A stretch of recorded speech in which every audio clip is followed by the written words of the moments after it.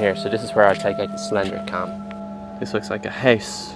It's not like finding a dungeon underneath your home, but still, in the field across the way, it's a pretty neat find. Just like heard some weird sound. You should get out of here. I don't hear any sound, which is strange. Normally the sound of a fire alarm going off is deafening.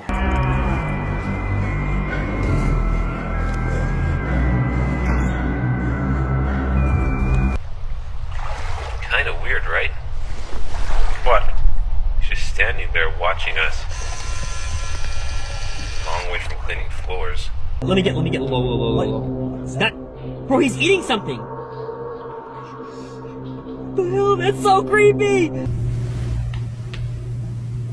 Few houses have the history and horror stories to match this New Orleans landmark. Over the years, many tales of terror have been attached to it, all with colorful characters and public intrigue at the center. If you do end up visiting New Orleans, make sure you're on the lookout when you're close to the Lalaurie Mansion. Some folks claim that just being outside of the building can cause folks to feel intense negative energy. Let's delve into the details a little, why don't we? Anyone who's interested in New Orleans ghost stories undoubtedly knows about this mansion. Some forego the proper title and simply call it the Ghost House, which is a pretty apt descriptor. Since the 19th century, paranormal happenings have been reported stemming from the home. A lot of these rumors can be traced back to Delphine Lalaurie, a woman who married thrice and lost her husband each time. In addition to her questionable track record with marriage, Delphine Lalaurie also had slaves living on the property. Though common at the time, people looked at her a little differently for this, especially as it was said that she did not treat these people very well at all. In fact, a lot of the ghosts folks claim to see there are often traced back to the slaves that she kept. Some say that a young girl leapt from an upstairs window of the mansion, unwilling to continue living under the strict and cruel rule of Madame Lalaurie. Others say that the slaves there would disappear from time to time, only to be replaced a little bit down the road. The scariest story though comes from the time that the mansion almost burned down. After a fire swept through the house, it was revealed that a group of slaves had been kept locked away in a hidden room, chained to the walls, totally emaciated. To make matters worse, rumors started to spread that Lalaurie had performed horrifying experiments on them. From then on, Madame Lalaurie was seen as a villain,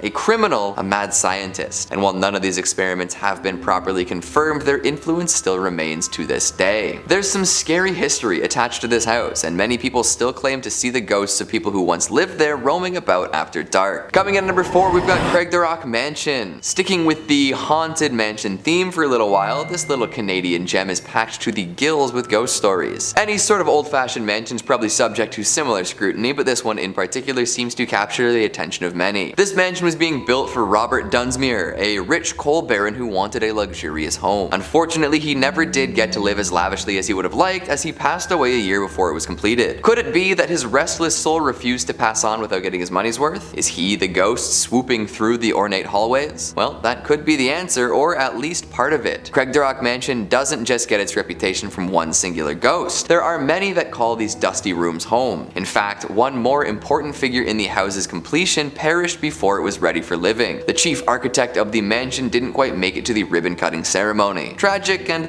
a little ironic. So that's 2 down that poured themselves into this home and never got to see it at its finest. The entire Dunsmuir clan seems to have a haunted stake here, as explorers have come across many other family members during their time in the mansion. Joan Dunsmuir has been seen walking through the halls in a ball gown, and a young girl has been spotted in the basement, supposedly their daughter. Her cries can be heard throughout the mansion, which is definitely unsettling. The last thing I'll mention about this one is the piano. It's a lovely old thing and still sounds pretty good. However, no matter how good a piano sounds, nobody wants to hear it playing when the room is totally empty. This keyboard is known to be used in some phantom performances, spooking even the most devout music fans out there. I wonder if the ghost takes requests. Coming at number 3, we've got the Lizzie Borden House, a classic tale of axe murders and acquittals. This is a story that has remained famous for years and even now gets a fair deal of attention. Lizzie Borden was accused of murdering her parents with an axe way back in the late 19th century. Plenty was said and in-depth investigations were performed, but Lizzie got off scot-free. Well, actually, her neighbors never seemed to believe that she was innocent, but Lizzie faced no legal repercussions for this event. However, the house in which it happened is said to house both the spirits of Lizzie and her victims. After dying at the age of 66, Lizzie apparently returned home. People who visit the house have told stories about seeing the ghosts of her headless victims wandering about the house, along with a panicked maid who discovered the bodies. Lizzie's around too, although she makes herself known with a laugh. It's said that she laughed while killing her parents and laughed when she got away with it, so it makes sense that she'd still be chuckling in the afterlife. Do you think all the ghosts get along at this point? Or is it an eternity of enmity? I suppose you'll have to visit to find out. Coming in number 2, we've got the Sally House. To preface this, I want to let you know that the Sally House is bookable. You can pay something like $150 to spend a night in one of the most haunted houses in America. Pretty good deal, right? Sure, you can't cook, and the basement's off limits, and nobody's allowed to sleep in the beds, but come on! Where else can you get an opportunity like this? The Sally House got its haunted start thanks to a botched appendectomy. At the time, a doctor lived there and ran his practice out of the house. One day, a woman came in with a very ill child. The doctor deduced that the kid needed their appendix removed before it burst. However, it was already set to blow and there was no time to waste. So they attempted to sedate the girl but couldn't wait any longer for the effects to kick in. They began the surgery before the kid was properly sedated and she could feel everything. Her screams echoed throughout the house but nothing could be done. In the end, the surgery was a failure and the doctor was crestfallen. His patient, unable to really understand what was going on, had passed away under the knife, believing the doctor to be torturing her. Since then, her angry spirit has haunted the home, tossing objects around, whispering and scratching in the night, and shoving male guests whenever they arrive. And finally, at number 1, we've got the White House. There are so many reasons to avoid the White House wholesale. By taking up residence there, you're just asking for trouble. But beyond the 24-hour news cycle and the ever-present online scrutiny, there are plenty more classical paranormal reasons to leave the White House well alone. Throughout American history, different presidents who have lived in the White House have reported strange happenings. Sometimes there might be a knock at one's bedroom door with no one on the other side. Others claim to have seen previous politicians and aides floating down the halls at night. Abraham Lincoln was regularly visited by his late son, and after he was assassinated, he seemed to return to the White House in similar fashion. With all of the important figures that have visited this location over the years and all of the high-stakes events connected with the structure, there's no doubt that the White House is haunted in one way or another. So try to avoid accepting any dinner invites unless you want to be haunted or sniffed. Coming in at number 5, we have Castle Stuart. Magnificently situated on the Moray Firth near Inverness, the 5-star Castle Stuart is a sight to behold. A mere 7 miles from the heart of Inverness, Castle Stuart is an ideally located base from which to explore the scenic and historic Highlands of Scotland. Walk the battlements with the ghost of Charles I before he lost his kingdom and his head, or with Bonnie Prince Charlie the night before his tragic defeat at nearby Culloden Moor. The property was held by the Macintoshes but was given by Mary, Queen of Scots, to James Stuart, Earl of Moray. Moray was made regent for James VI but was later assassinated. During the time that Stuart lived in the castle for an unknown reason, local residents began to spread the rumour that the castle was haunted. To disprove the theory, James Stuart offered a reward to anyone willing to spend a night in the castle. A local minister accepted the challenge and stayed in a room at the top of the East Tower. Stuart was hopeful that once the minister told the people that the tower was not haunted, the word of the castle being haunted would not spread. The next morning, however, he was found dead in the courtyard with a look of terror on his face. It was never explained what had happened to him and no killer was ever found. At some point in the night, he had either jumped from the window of the tower or he had been pushed. This only cemented the fear that the castle was in fact cursed. From that day, the locals refused to enter the castle grounds. It lay dormant for around 300 years until it was refurbished and turned into the hotel that we know today. Guests who have stayed there since it reopened have experienced a number of hauntings. Staff have heard disembodied footsteps on the stairs at midnight, horrible screams, and the ghost of a headless man was seen prowling the corridors. Some people have seen a figure pass their window too fast for them to make sense of it, but caught a glimpse in their eye as if someone had fallen from the tower above. The reviews of the hotel prove that guests are convinced the hauntings are real, but they also claim to have enjoyed the stay. If you like being terrified by ancient spirits or tormented by lost souls, this might be the place for you. In at number 4, we have Chillingham Castle in Chillingham. Chillingham Castle is a 13th century stronghold famed for action and battles. With its fine rooms, gardens, lakes, fountains, and tea rooms, the castle has an extraordinary ownership bloodline which runs back to the 1200s. Chillingham occupied a strategic position during Northumberland's bloody border feuds. Chillingham Castle was often under attack and often basked in the patronage of royal visitors, a tradition that remains to this day. Edward VIII came to hunt there, and members of today's royal family continue the tradition with private visits to the castle this century. The medieval castle remains as it was was, just with galleries that you can see today added in Tudor days. For the visit of King James VI of Scotland, the castle is a dark past at the hands of the once owner John Sage. Once injured, he could no longer fight for the king. He begged to be kept on in some capacity. He was given the job of torturer and stepped into his new role with relish. It was said that he had a deep hatred for the Scots and little mercy, with over 7,500 men, women and children suffering an agonizing end at his hands. Often legs and arms were broken before they were thrown 20 feet down into the oubliette. With no way to escape, they were to eventually starve and pass away in pain and in fear. It was also said that John Sage met with an equally gruesome death after he accidentally killed a tribesman's daughter that he had been in love with. The father exacted his revenge and John was executed at Chillingham, with parts of his body being taken as souvenirs, a fitting end to a life dedicated to such cruelty. One of the most famous ghosts is the ghost of the Blue Boy, often witnessed by flashes of blue light or halo. These sightings settled down when two skeletons, one of a man and the other a young boy, were uncovered during renovation work. They even found documents with the remains dating back to the Armada. Who they were and why they were hidden remains a mystery. Some of the smaller hauntings guests reported including footsteps being heard walking around the rooms and the taps turning on by themselves. Another common sighting includes those of the Lady in White, who, after suffering from being poisoned, begged guests for water in the pantry. These are just a couple of the ghosts and hauntings around the castle. If you're brave enough to investigate, you might find a few more. In at number 3, the Swan Hotel in Suffolk. This luxury 4-star hotel is set in the middle of the historic Tudor town of Lavenham. In the heart of Suffolk, its oak-beamed interior makes for a cozy feel, giving guests a sense of stepping back in time. It's said that a housekeeper who once lived there back when the hotel was a thriving coaching inn back in the 19th century fell pregnant out of wedlock. The baby's father was happy to marry the lady under the circumstances and promised to look after them both. However, on the wedding day the gentleman had second thoughts and left the pregnant lady standing at the altar.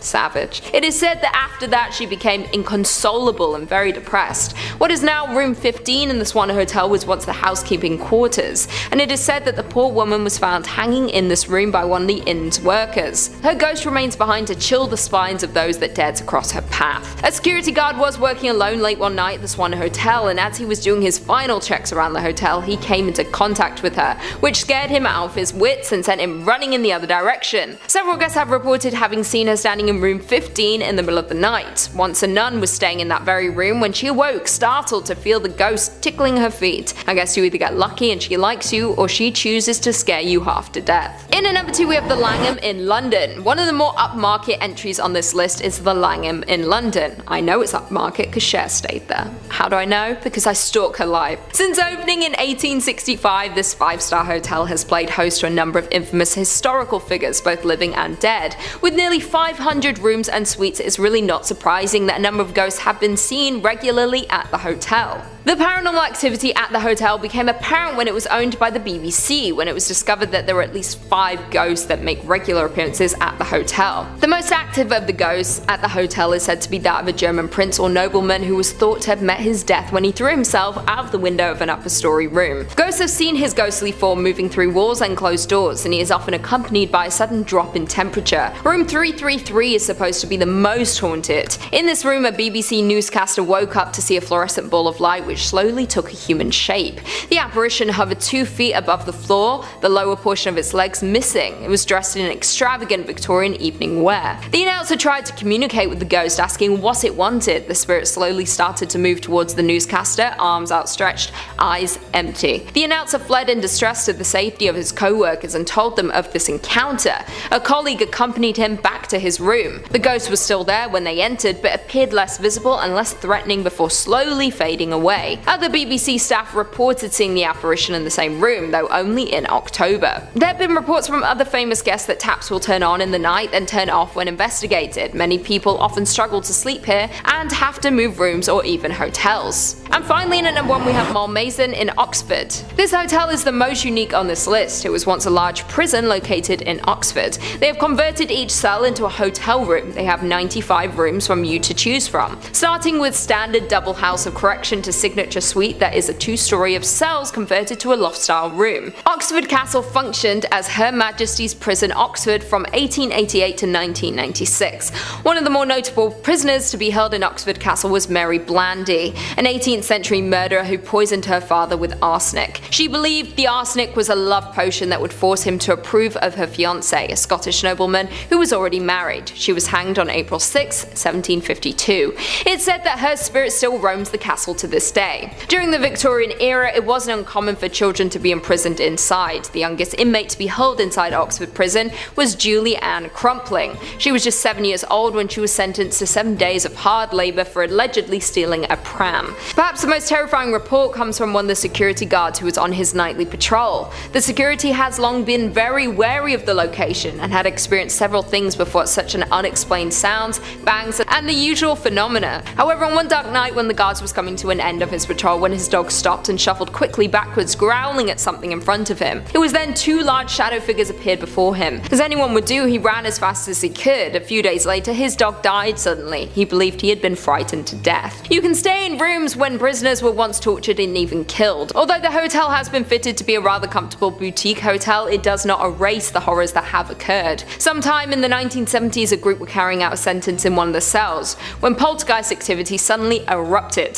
Things got so bad that a priest had to be called to exorcise whatever they had awoken. Would you dare stay here? I wouldn't, although maybe, we'll see. In at number 5, we have the Franklin Castle in Ohio. The high Victorian home has been a fixture of the city's west side for over 100 years. It was built in the 1880s by grocer turned banker Hans Tiedemann. Although his wealth was significant, Tiedemann's life was filled with tragedy. A distressing number of his immediate family members would die in this house. The story goes that the construction of the castle's elaborate turrets, prominent gargoyles, and increasingly large network of rooms were an attempt to distract his wife from the ceaseless amount of death. That is, until she too suddenly passed away. After Tiedemann sold the property, it spent several decades as a German cultural center. The tales of hauntings picked up in the 1960s, as reports of surging electricity, the sound of babies crying, and a mysterious woman in black gained steam. Human bones were found in a closet in 1975. It was never confirmed who the remains belonged to, but with the number of deaths within the home, it is believed to be one of the Tiedemann's family. As the years have gone by, tales of Franklin Castle have grown and now include an axe murder, a mass shooting of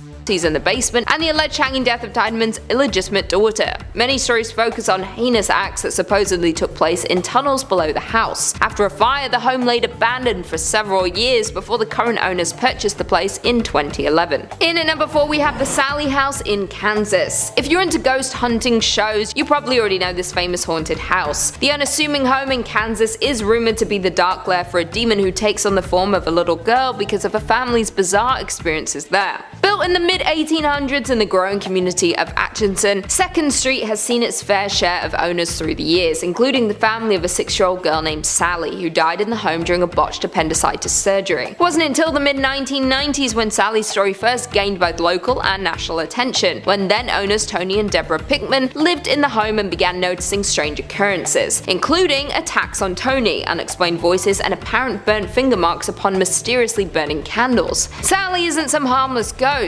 Theories around her malevolent presence in the house, as well as some evidence of satanic rituals in the basement, suggest that Sally is in fact a demon disguised as a young girl. It is believed that the family was desperate in their grief and decided to perform the ritual in an attempt to bring back their daughter. Instead, they invited a demon into the home and offered them her body as a vessel. Since then, the demon has terrorized the home. Paranormal investigators have confirmed the house is haunted, but none have so far been able to cast out the demon. The Sally House is open to the public if this sounds like the holiday location for you. In at number 3, we have Bell Witch Farm in Tennessee. In the early 1800s, John Bell bought a tract of farmland along Tennessee's Red River. Bell and his family thrived on the farm until they started to see strange-looking animals around the property, most notably a dog with a rabbit's head. From that point on, the family was beset upon by unseen forces, largely targeted at Bell and his daughter Betsy. They experienced physical attacks, heard unexplained noises, and even spoke with the entity. What was the Bell Witch? Like most supernatural stories, certain details vary from version to version, but the prevailing account is that the Bell Witch claimed to be the spirit of Kate Batts, a mean old neighbor of John Bell who believed she was cheated by him in a land purchase. On her deathbed, she swore that she would haunt John Bell and his descendants. The human interactions with the spirits date all the way back to 1817. Former President Andrew Jackson was quoted as saying, "I had rather face the entire British army than to spend another night with the Bell Witch," after he and some of his troops spent a night at the Bell's farm.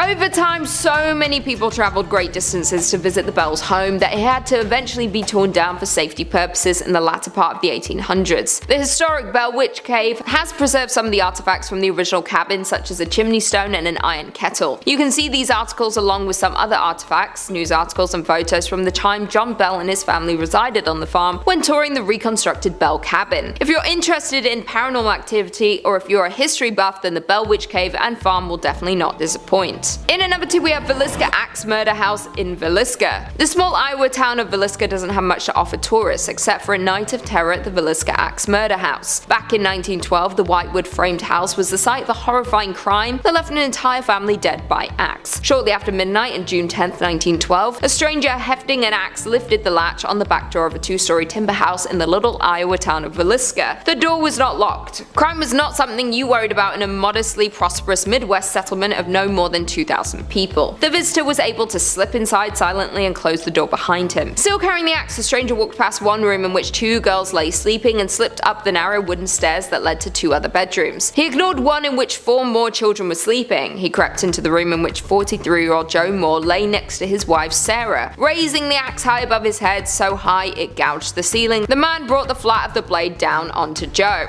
Then he struck Sarah before she had time to wake or register his presence. Leaving the couple, the killer went next door and used the axe on the other residents in the room. Once again, there is no evidence that they woke before they died. Nor did the assailant or any of the other people in the home make sufficient noise to disturb Catherine's 2 friends, Lena and Enos Stillinger, as they slept downstairs. The killer then descended the stairs and took the lives of the Stillinger girls. What happened next marked the Villisca killings as truly peculiar and still sends shivers down the spine a century after the fact. The axeman went back upstairs and beheaded everyone in the home, leaving the faces of all 6 members of the family unrecognizable. The Moores were not discovered until several hours later. When neighbors didn't see the family wake in the morning, they called for Villisca's marshal, Hank Horton. That set in train a sequence of events that destroyed what little hope there may have been of gathering useful evidence from the crime scene. When a shaken doctor emerged, he cautioned members of the growing crowd outside, "Don't go in there, boys, you'll regret it until the last day of your life." Many ignored the advice, as many as 100 curious neighbors and townspeople tramped as they flew through the house scattering fingerprints. It is probably due to this damage to the crime scene along with the lack of knowledge on such large crimes that the killer was never found. It could have been one of the noisy neighbors or someone passing through time, but no one will ever know. What we do know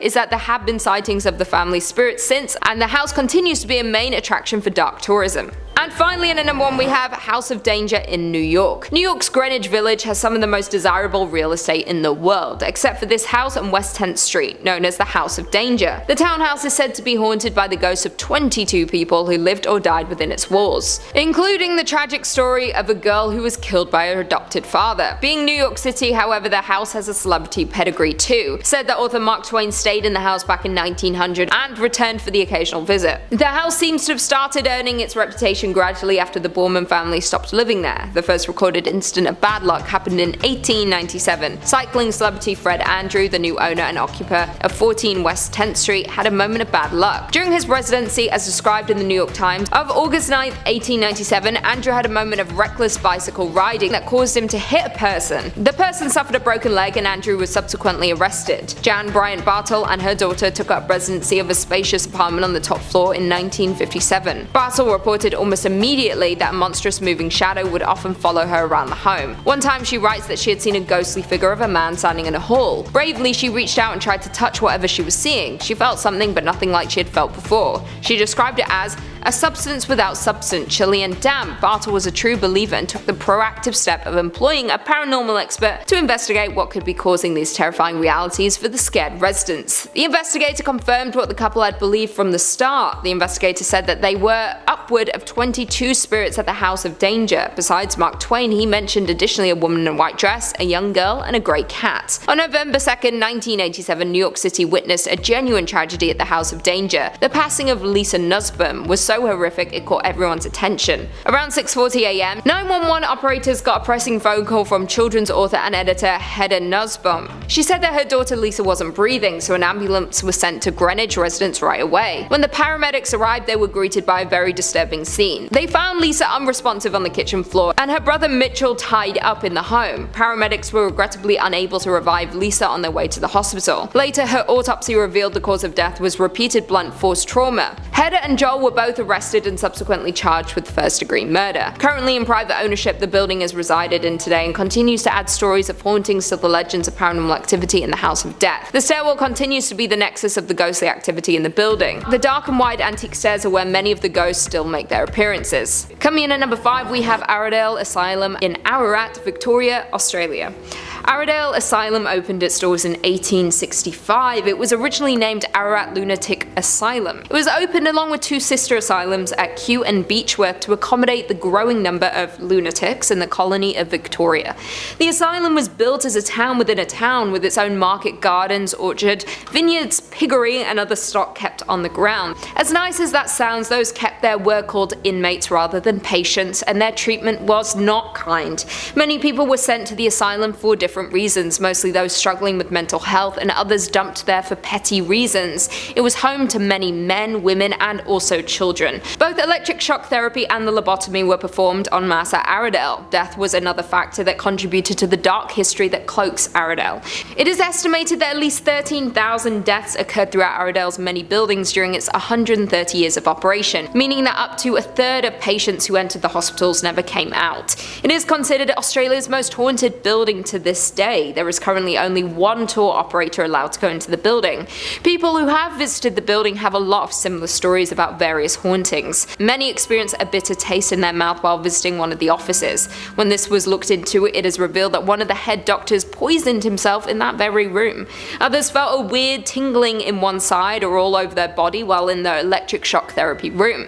Some see faces or shadows, others hear screams or banging. There is not much to be known about the people who died within the walls or who might remain, making it a very dangerous haunted location to any visitor. Coming in at number 4, we have the Bangara Fort, India. The ruins of a fort city built in the 17th century. Bangara Fort consists of fort walls, bazaars, havelis, royal palaces, and numerous temples, with 3 grand stories you can explore. But do not be fooled by the beauty of these ruins, as they are ranked as the most haunted fort in India. The place is considered to be so haunted, entry is restricted after sunset, so if you're wanting to explore, you will have to do it in the safety of the sunlight.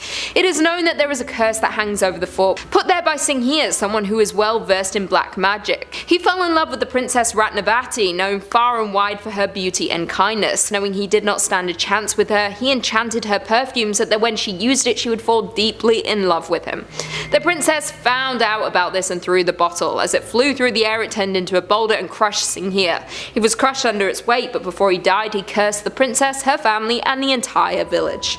The next year, a battle was fought between the forces of Bangara and Ajabgarh, which led to the death of Ratnavati and most of the army. This was believed to be a result of the curse. It was due to this curse that no one in the village or fort could be reborn. It is forever condemned to desolation and is inhabited by ghosts. If any villager tries to build a roof, it apparently mysteriously collapses. The curse is said to have trapped the souls of those lost within the desolate fort. The guards keep watch to ensure no one enters after dark. It is not a safe place to be when the spirits awake at night. Coming in at number 3, Castle of Good Hope in South Africa. This oldest colonial building in South Africa, the Castle of Good Hope, is a pentagonal fortress built by Dutch colonialists in the 17th century. The well-known landmark is central to the history of Cape Town, having served as the seat of government and military operations for 2 centuries. The first ghost was spotted in 1915 when the apparition of a tall gentleman was seen jumping off the side of one of the castle walls and then walking between the bastions Leerdam and Orange. The other famous ghost who walked the grounds was the Lady in Grey. It is not known exactly who she is, but she would be seen hysterically crying into her hands and running around the castle.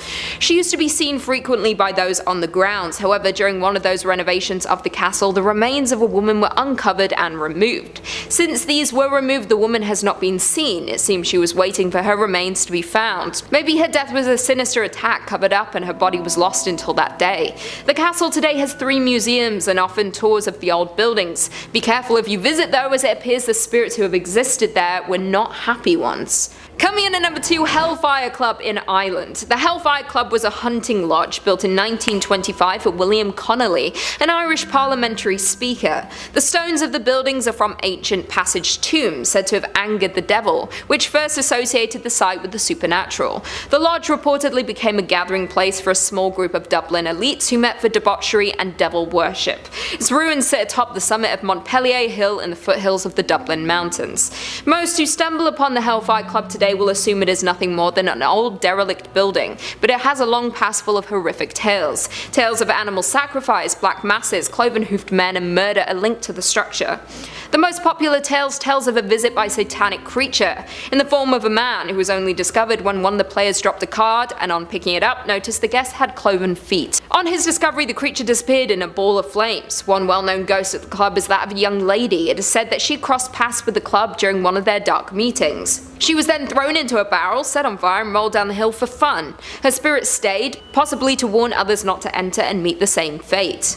And finally, coming in at number 1, we have Poveglia Island in Italy. Poveglia is a small island located between Venice and Lido in the Venetian Lagoon, northern Italy. A small canal divides the island into 2 separate parts. The island first appeared in the historical record in 421. In the 14th century, Venetians infected by the bubonic plague were sent here to die, and when they died, they were burned on giant pyres. The site was also used as a mental asylum during the 1800s, where patients were experimented on and tortured. If you ask any of the locals, they will all agree that the island is cursed with unhealthy spirits. Voices and screams can often be heard, and visitors see dark figures. Many visitors say they begin to feel an oppressive, evil feeling as soon as they step on the island.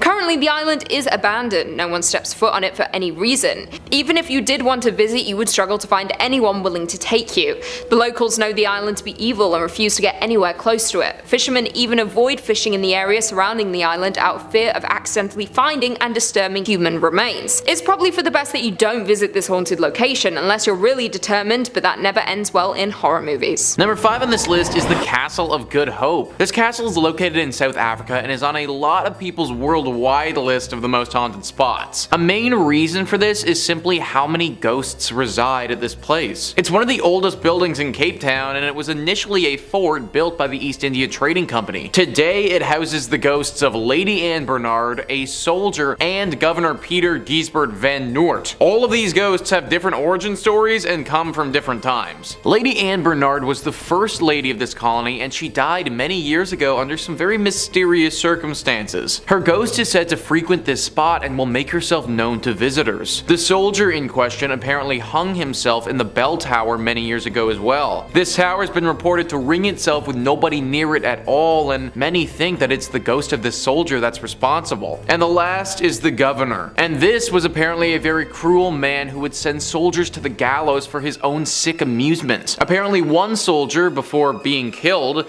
put a curse on him, and after the soldier died, the governor was found dead in his own office of a heart attack. Now his ghost forever wanders the castle in search of rest. Apparently the modern day soldiers that have to patrol this place don't even walk through it at nighttime, but they walk around it for fear of these poltergeists. Not a spot that I'd recommend visiting if you ever find yourself in South Africa. Number 4 on this list is Table Mountain. Table Mountain is located in Cape Town as well, and is a large and intimidating mountain that overlooks the city. Travel Triangle says, no matter how brave-hearted you are, you would surely get the scariest of experiences of your life here. It's believed that the governor of Cape Town had an enemy among one of the citizens of this town. In order to take revenge, he gifted the son of the governor a beautiful flute. Unbeknownst of the fact that it was used by a leprosy earlier, the boy enjoyed playing it. After playing it for a few days, he became so ill that he was forced for expulsion at a hut in the Table Mountain. He played his flute there until he died. The local people of the area say that the mournful tunes of flute are still heard in the dark, lonely forest. The story doesn't go on to say what happened to the man who gifted this child with the flute, but one can only assume that the governor had something to say about it. The story itself is really sad though, and watched as an innocent was killed. It makes sense why their ghost would still haunt haunt this mountain today. Also, who knows what happened in those last final days of life in the hut on the mountain. Potentially it was something paranormal which has led to the continued haunting. Number 3 on this list is Baron Empain's Palace. So this palace is located in Egypt and is apparently one of the most haunted. Usually when we think about haunted spots in Egypt, we think about the pyramids. And truthfully, they should probably make this list as well. But today I wanted to pivot and shine some light onto this place, which is arguably just as cursed. Travel Triangle once again writes, people nearby and guards around the palace have seen ghosts and have heard weird voices coming out of this now abandoned place. It's believed that Baron, owner of this house, used to live here with his wife, daughter, and other family members. Baron's wife died in this palace in very mysterious circumstances. It's also believed that his wife was unhappy with Baron due to his extramarital relationships. This made the daughter undergo severe pain and depression, and after a few months, she also passed away under mysterious circumstances. Baron died, and people aren't sure exactly how he died either. Due to the jinxed and haunted experiences the other relatives had long left the palace. This site has been very popular among ghost finders and Egyptian tantrics, but after the haunted experiences increased, the palace has been shut down for visitors, although one can roam around the exteriors of this place. This is among the spookiest haunted places in Egypt. Whenever 3 people die just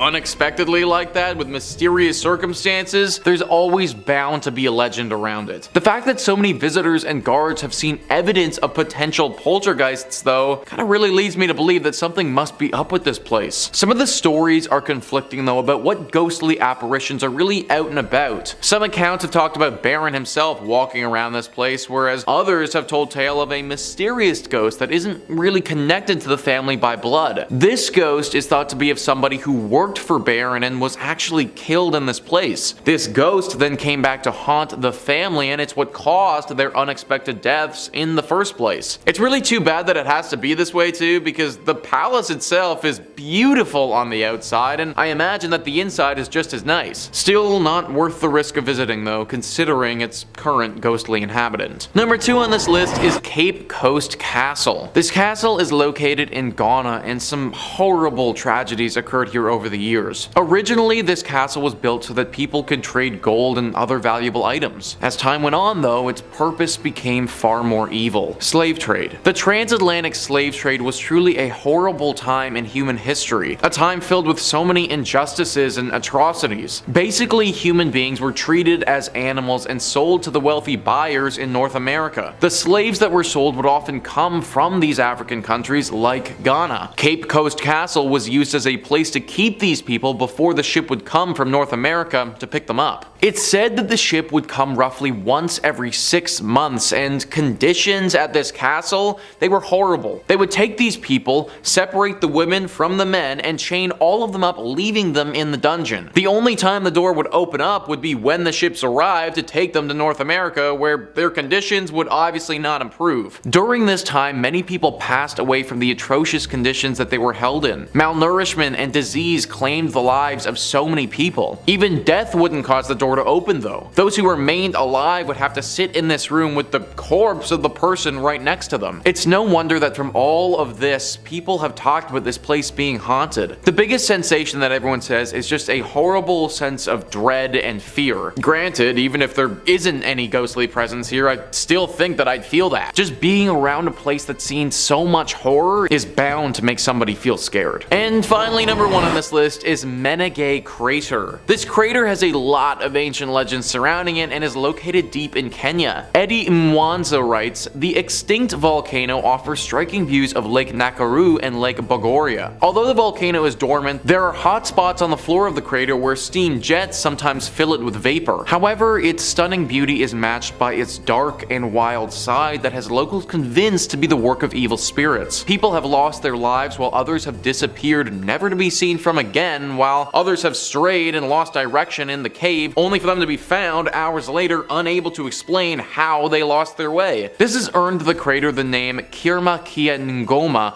which means the place of devils in Kikuyu. There are also mythical and unsupported claims of some people seeing the devil riding a motorcycle. There's also widespread allegation of a flying umbrella that normally appears whenever it rains. Historians say the place was a scene of violent battles between the Lakapia Messiah, who did not recognize the authority of the Laban, the spiritual spiritual leader of the Messiah against Ilpu Masi. In one battle, it's said that Likapea warriors were thrown into the caldera, with local folklore claiming that the spirits of the warriors haunt the place to date. So this place is obviously a freaking hazard, guys, with potential soldier ghosts chilling in its depths, and also many stories of people getting totally lost and never seen from again. It's no wonder locals are constantly worried about this crater. I was also looking at pictures of this place, and geographically it looks like a major hazard as well. It's out in the complete middle of nowhere and looks extremely hard to traverse. As cool as the scenery would be, going here just really isn't the best idea. Coming in at number 5, Silverbow Inn Bed and Breakfast. The Silverbow Bed and Breakfast is located in Juneau, which is the capital city of Alaska. The inn is more famously known for its bakery that was founded in 1898 by the original owner Gus Messerschmitt. This is the oldest bakery in Alaska, and some say it is the best. Although people travel from far to taste the treats and the bakers, there are reports of paranormal activity in the inn above. The original owner and founder of the inn reportedly still haunts the premises.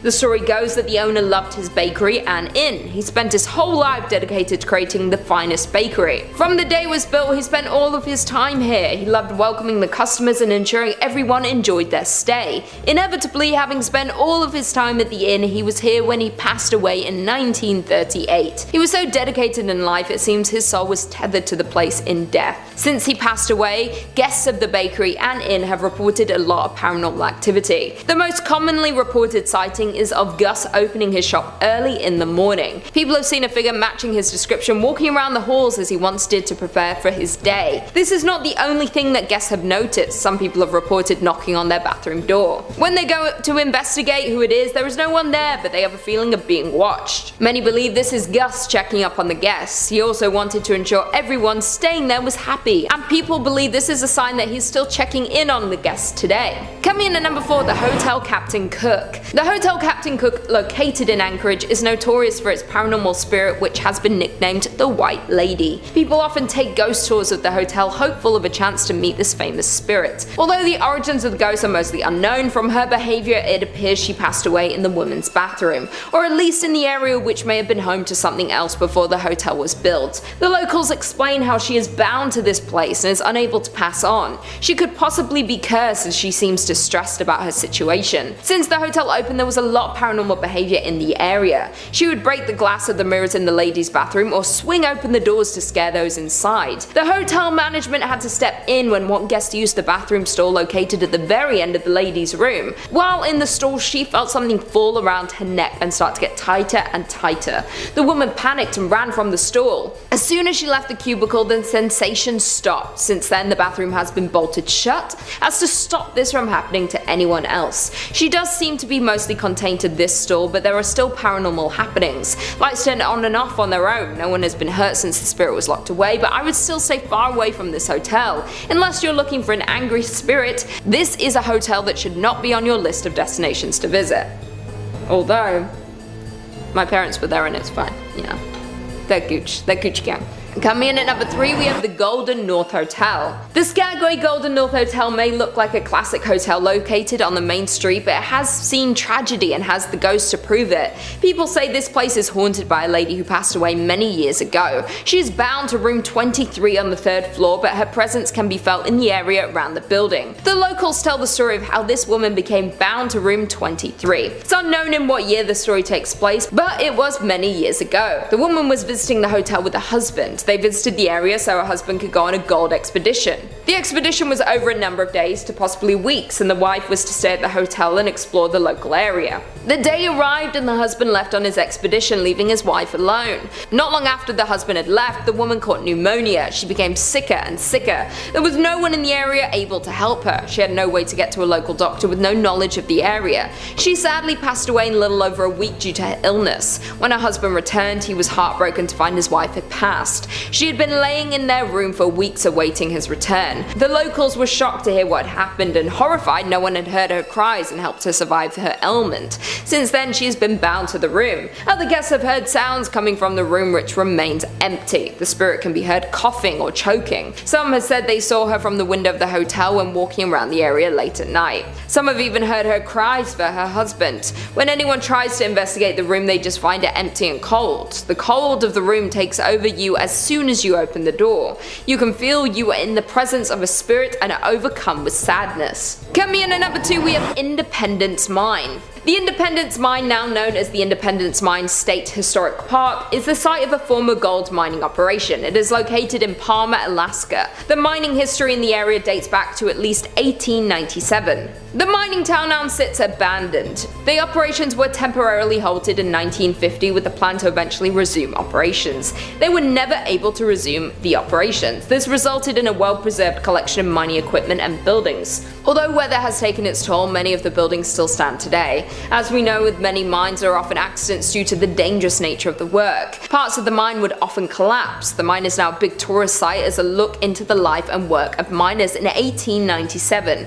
The visitors have reported a lot of paranormal activity while touring the facility. Almost everyone who visits the mine sees some form of activity there. There are many apparitions that appear. They walk around the mine as if they were doing their usual day's work. Some have even seen cigar smoke coming from certain locations. You can smell and see the smoke, but there are no cigars in the area that could be making the smoke. Tour guides have noted that they often have the feeling of being followed. They can feel themselves being watched each time they tour the facility. Some have even found footprints that don't belong to them or anyone in their group. Although there is a lot of paranormal activity in the area, tourists still come to see the remains of the mining town. The ghosts seem to be well intended. They may merely be echoes through time of the souls who passed here. As far as we know, there have not been any visitors who have been hurt during their visit. I would still be wary of visiting here though. Finally, in at number 1, we have At the White House. At the White House was built in 1902 and is now on the National Historic Register due to how long it has been standing in the community. It has had many issues since it was built.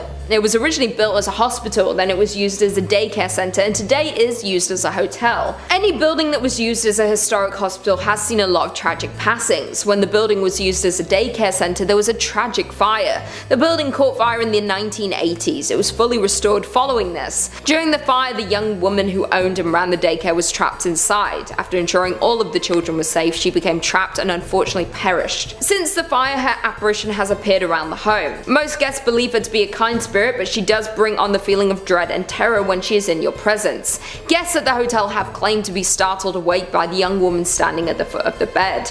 Once they wake up and become frightened, the spirit usually disappears. Workers at the hotel claim that she appears to show more interest in families with children. She reportedly had a love for looking after children, and even in death she wanted to ensure their safety during their stay at the hotel. It is unknown what room she was trapped in during the tragic fire, but there are numerous cold spots around the hotel. Others have heard faint screams and cries coming from certain rooms. She is hailed as a hero for saving all of the children during the fire, but guests are still frightened when greeted by her ghost in the early hours of the morning. Number 5 on this list is Tranquil Sanatorium in British Columbia. Tranquil Sanatorium has quite an extensive and tragic history to it, which has caused its walls to be the home to many undead spirits. A sanatorium, if you weren't familiar, is an establishment which has the sole purpose of housing those with long-term illnesses and is often associated with tuberculosis. The one that we're talking about right now is no different. It was built in 1907 as a facility to treat people with tuberculosis. However, it didn't stay like this for very long. The purpose of the facility eventually changed to become an insane asylum. It acted as this mental institute for a while until finally becoming abandoned in the late 1980s. Due to its deep history with death, disease, mental illness, it's no wonder that the Tranquil Sanatorium is now deeply haunted. The layout of this facility screams something out of a Stephen King book. It has several buildings that are connected by poorly lit underground tunnels. The building itself looks all too eerie from the outside as well, with dirty cream colored walls that have seen far better days as rot and mold slowly devour them. Visitors of this place report feeling extremely uneasy. A common note for most people that visit is the presence of orbs, strange balls of light that flutter throughout the building and then disappear. Some people have reported seeing a ghostly apparition on the 6th floor. This ghost takes the form of a woman not older than 30. She appears to be crying and screaming. The tunnels are said to be particularly haunted. People have reported screams coming from nowhere, flashes of movement, menacing and animalistic groans that make you feel as if somebody is right behind you. Children can also be heard playing every now and again in some of the more open areas of the building. Clearly, this place's dark history has impacted it greatly, and just because because physical humans decided to abandon it in the 80s doesn't mean that it was truly abandoned for good. Number 4 on this list is the Firkins House. The Firkins House is part of Fort Edmonton Park, which, you guessed it, is located in Edmonton, Alberta. Fort Edmonton Park is a little tourist attraction that has buildings from 1885, 1905, and 1920 to represent the homes of the time. One of the houses is the Firkins House. This home is interesting because during my research, I couldn't find any particular evidence of wrongdoings or tragic events at this home. In fact, for the most part, it seems like a pretty normal house. People have lived there before and no harm has befell them, but it seems that after they moved out and the home was donated, that's when things started to go a little bit haywire. There are reportedly 3 ghosts or demons that haunt this home, each one scarier and more dangerous than the next. The first one is the ghost of a beautiful floating woman who is dressed in all white. People have said that they've spotted her in the windows of the home looking out at them or slowly drifting throughout the living room. The second one is the ghost of a little boy. The boy will appear to certain people looking extremely ill. It is currently unknown if this boy died in and around the area or what disease he is suffering from, but it is said that he resides in the home with the woman in white. The third being is by far the scariest of all 3. A ventriloquist dummy that will appear in the home or in the cupboards. This thing can move all by itself and talk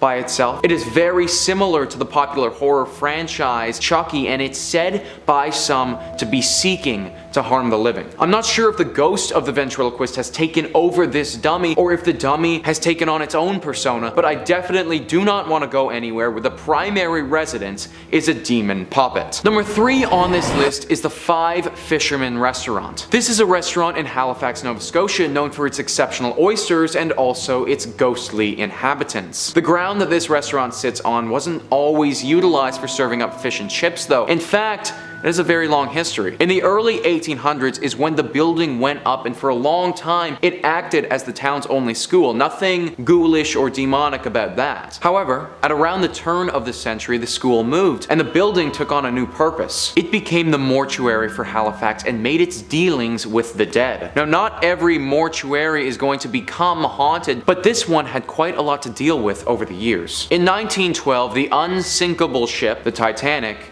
sunk. It sunk roughly 640 kilometers off of the eastern shores of Canada, and therefore the closest places to assist with the rescue was these eastern provinces. Halifax acted as the leader in these rescue processes, and because of that, the mortuary had an onslaught of bodies of people whom had died on the ship. 5 years after that tragedy, Halifax incurred one of their own with the massive Halifax explosion. This was where a munitions ship exploded and it killed roughly 2,000 people just like that. This mortuary served as the primary designation for both of these incidents, and due to the unnatural deaths here, it makes sense that some spirits have clung on. Guests and employees alike have reported seeing ghosts all over this mortuary that turned restaurant. One of the dishwashers reported running out of the restaurant when he looked up from what he was doing and was staring directly at a ghost-like specter. The restaurant has attempted to have serious renovations done. However, I don't think that any amount of structural change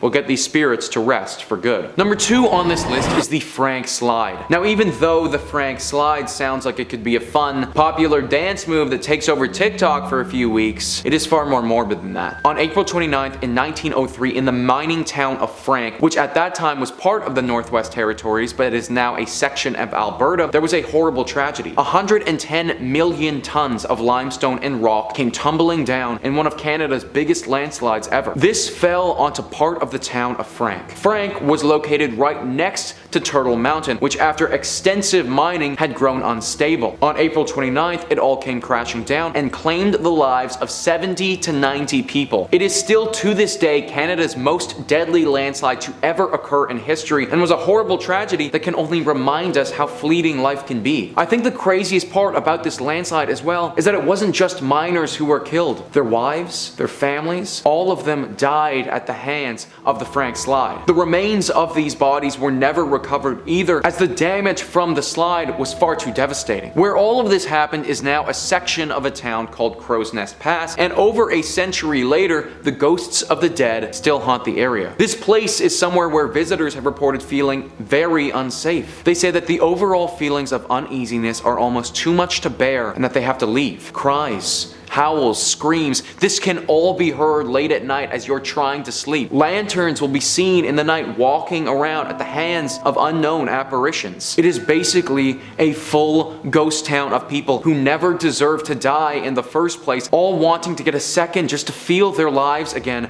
as they were so unfairly ripped away from them. Definitely one of Canada's most horrific tragedies, and now home to one of its most haunted locations. Number 1 on this list is the Banff Springs Hotel. This hotel is located in Banff, Alberta, and is truly one of the creepiest places that I've ever read about. Now, first off, I want to note the hotel itself looks gorgeous on the outside. The beautiful nature it is surrounded by is stunning, and the hotel gives me some serious Harry Potter Hogwarts vibes. However, when I say that this place is surrounded by nature, I really mean it. It is totally out on its own, with no other buildings in sight at all. The secluded site has been around for 132 years and has housed its fair share of visitors. Some of these visitors have had some incredible stays. I mean, when you look it up online, the hotel has a 4.7 Google rating, so I mean, it's pretty freaking good. Some of the guests, though, they never checked out. In the 1920s, a couple was set to have their wedding at this hotel. On the day of the ceremony, though, the bride, while she was walking down one of the hotel's beautiful marble staircases, tripped and fell, smacking her head on her descent and dying on the spot. This bride's spirit is one of the most notable sightings people have had when they're staying at this hotel. It's said that they often see a phantom in a wedding dress ascending and descending the stairs very quickly. She's also been seen in the ballroom dancing alone, potentially dreaming of the dance that she wanted so desperately to have with the husband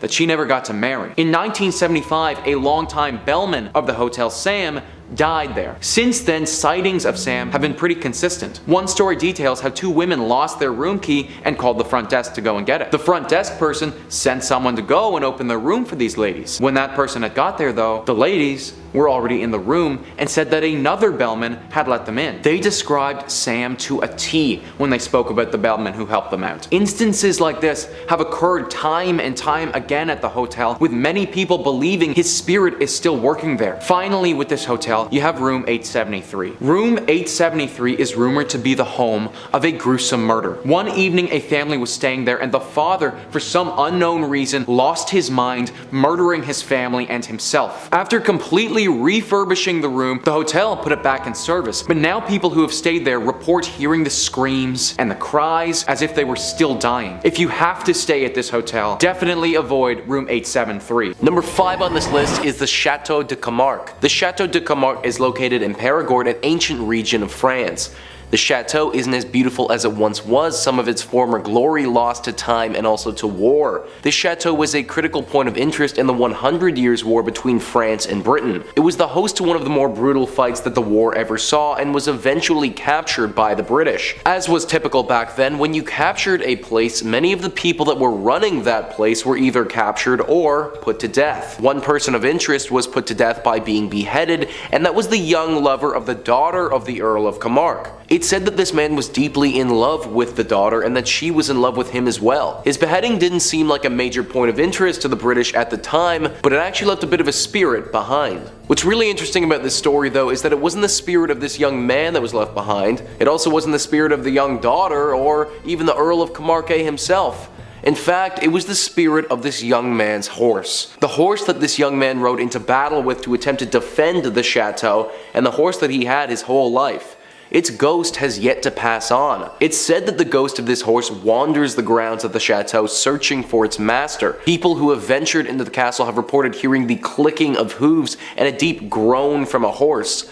People have also reported seeing this dead horse's ghost walking around the grounds of the chateau as if it was defending it from potential invaders like it did in the past. It's suggested that if you do intend to visit this chateau, that you don't bring any negative energy with you. The horse could potentially interpret this as a threat and come after you. Some have even suggested bringing a carrot or an apple and leaving it at the front of the chateau as a sign of good faith towards this ghostly steed. Number 4 on this list is the Palace des Tuileries. The Palace des Tuileries is home to one of France's most known ghosts who has been nicknamed the Red Man. The Red Man has been around for several hundred years and has two potential stories of origin. The first story talks about a man nicknamed Jack the Skinner worked for Catherine de' Medici after her husband Henry II died. He worked as a hitman for her and would be sent to murder potential political foes. He was exceptional at his work, but eventually there grew a time where the Queen was worried that he knew too much about her. After all, he knew exactly how many people she had had executed, considering he had done the executing. To make sure her secrets were safe, she had another man murder him. He killed him in the garden, which I should note is typically the area linked to this haunting, and then he left his body in said garden. When he came back to fetch the corpse, it was missing. Then, the Queen's astrologist told her that he foretold some great disaster happening to the people of Tuileries and that John would be at the forefront of it. Since then, whenever the Red Man appears, it's said that a tragic event will happen to the people surrounding his appearance. The second origin story is that when this palace was built, the Red Man was already there. This ghost spoke to Catherine de' Medici and foretold her death, and even though she forsook him and the palace that she had built, the prediction he had made turned out to eventually be true. Pierre-Jean de Béranger, a famous French poet, describes the Red Man as being a small man clothed from top to toe in scarlet, whose eye is so piercing and unearthly that it terrifies the most courageous. He never speaks, nor are his visits of much length. He vanishes soon after his presence is discovered. This has been echoed throughout time, as many French nobles have received visits from the Red Man before. Henry IV, Louis XVI, Marie Antoinette have all had visits from him in the past. There's even a story talking about how the Red Man appeared in front of Napoleon right before his death. There are tons of beautiful palaces in France, and if it was me, I'd avoid this one and go to one of them. Better to be safe than sorry when we're dealing with a devil-like demon whose presence means impending doom. Number 3 on this list is the Rue de Chantrey. This is considered by most to be the most haunted streets in France. It's located in Paris on the island and is right next to the Notre Dame Cathedral. This street is said to be haunted by the ghosts of many children. As with most ghost stories, this didn't come out of thin air, but from a horrible tragedy that took place on this street just over 100 years ago. In the early 1900s, there was a hotel that was located on this street. This hotel didn't really act as a hotel though, because during that time there was a massive outbreak of tuberculosis. The children in the area who had come down with the disease were sent to this hotel to quarantine. They were locked in the bedrooms of this hotel and couldn't leave at any point for risk of infecting other people. Some children died during these quarantines, which is already bad, but the main tragedy happened roughly a decade later in 1910. In 1910, there was a great flood of Paris where the river Seine overflowed and flooded the city. All the children that were currently locked inside their bedrooms at this time drowned during that flood. Nobody knows for sure the exact number of children who died in this tragedy, but it was certainly enough to make a spiritual imprint on the street. Now their souls go without rest and live along this street. People have heard the laughter and also the crying of children. They have heard the muffled screams as if they're screaming through water. They've also seen these children before peering out at them from around corners, looking extremely sad and lonely. The spot acts as an attraction for supernatural hunters, but a landmark that I wouldn't recommend visiting. Number 2 on this list is Mont Saint-Michel. Mont Saint-Michel is one of the most beautiful and unique castles on the entire planet, in my opinion. How it's constructed and where it's located, it almost doesn't even seem like something out of real life. This castle is located off of the Normandy coast, and the only connection that it has to France is a road that goes underwater when it's high tide. How this place got made has a bit of a supernatural story to it. Apparently, the archangel Michael appeared to Saint Aubert in a dream and told him to start building here. When he resisted, Michael burned a hole right in his head. After this incident, the castle began its construction, and it took quite a while to become the beauty that we have today. It was a work in progress, with more things being added over the years. Now, because of this castle's location directly in the water, it is extremely hard to attack and was never captured during the 100 Years' War. During said war, one of the major commanders of this castle was Louis d'Estourville. His ghost is one of the most common sightings at this place. He apparently is responsible for the killing of thousands of English soldiers soldiers and had battles that were so deadly the water around them would turn red with blood. He's said to patrol the castle and act as a watchman of sorts for intruders and people posing a threat. Similar to our previous entry of the horse, one of his main objectives is to keep the castle safe. He isn't the only ghost at this spot though. The ghosts of monks can also be seen praying and meditating at this location. For a long time, this castle housed several hundred monks until they were ultimately kicked out from the space. Their spirits still linger in this place though, although they aren't nearly as frightening as the weathered war general, in my opinion. Number 1 on this list is the Paris Catacombs. The Paris Catacombs is unlike anything else on the entire planet and is the breeding ground for scary stories. These catacombs are a collection of tunnels that are underneath the city of Paris and stretch for over 2,000 acres. The tunnels act as an underground cemetery where they house over 6 million dead bodies. This is one of the largest collections of the dead in the entire world, and if that wasn't enough, you can actually see their skulls as they all line the walls. These catacombs are extremely difficult to navigate. Seeing as there are over 2,000 acres of them and it's underground, people have reported getting extremely lost when they're trying to explore them. This is part of the reason why only a portion of them are open to the public today. But all of this has led to a plethora of ghost stories and legends over the years. For instance, in 2004, a group of police officers were investigating an area of the catacombs that was closed to the public and they came upon something unexpected. A bar, a living room, a workshop, and a meeting area for over 20 people, they were all found. This was alongside a PA system, a camera system recording the area, and a pirated means of electricity. All of this was more than suspicious, but when the officers returned a few days later with some more people, everything was gone, except for a note that read, "Don't search." This isn't all there is to the catacombs though. In the 1990s, a group was searching through them and found a video camera lying on the ground. They picked it up and examined it and saw that there was a recording.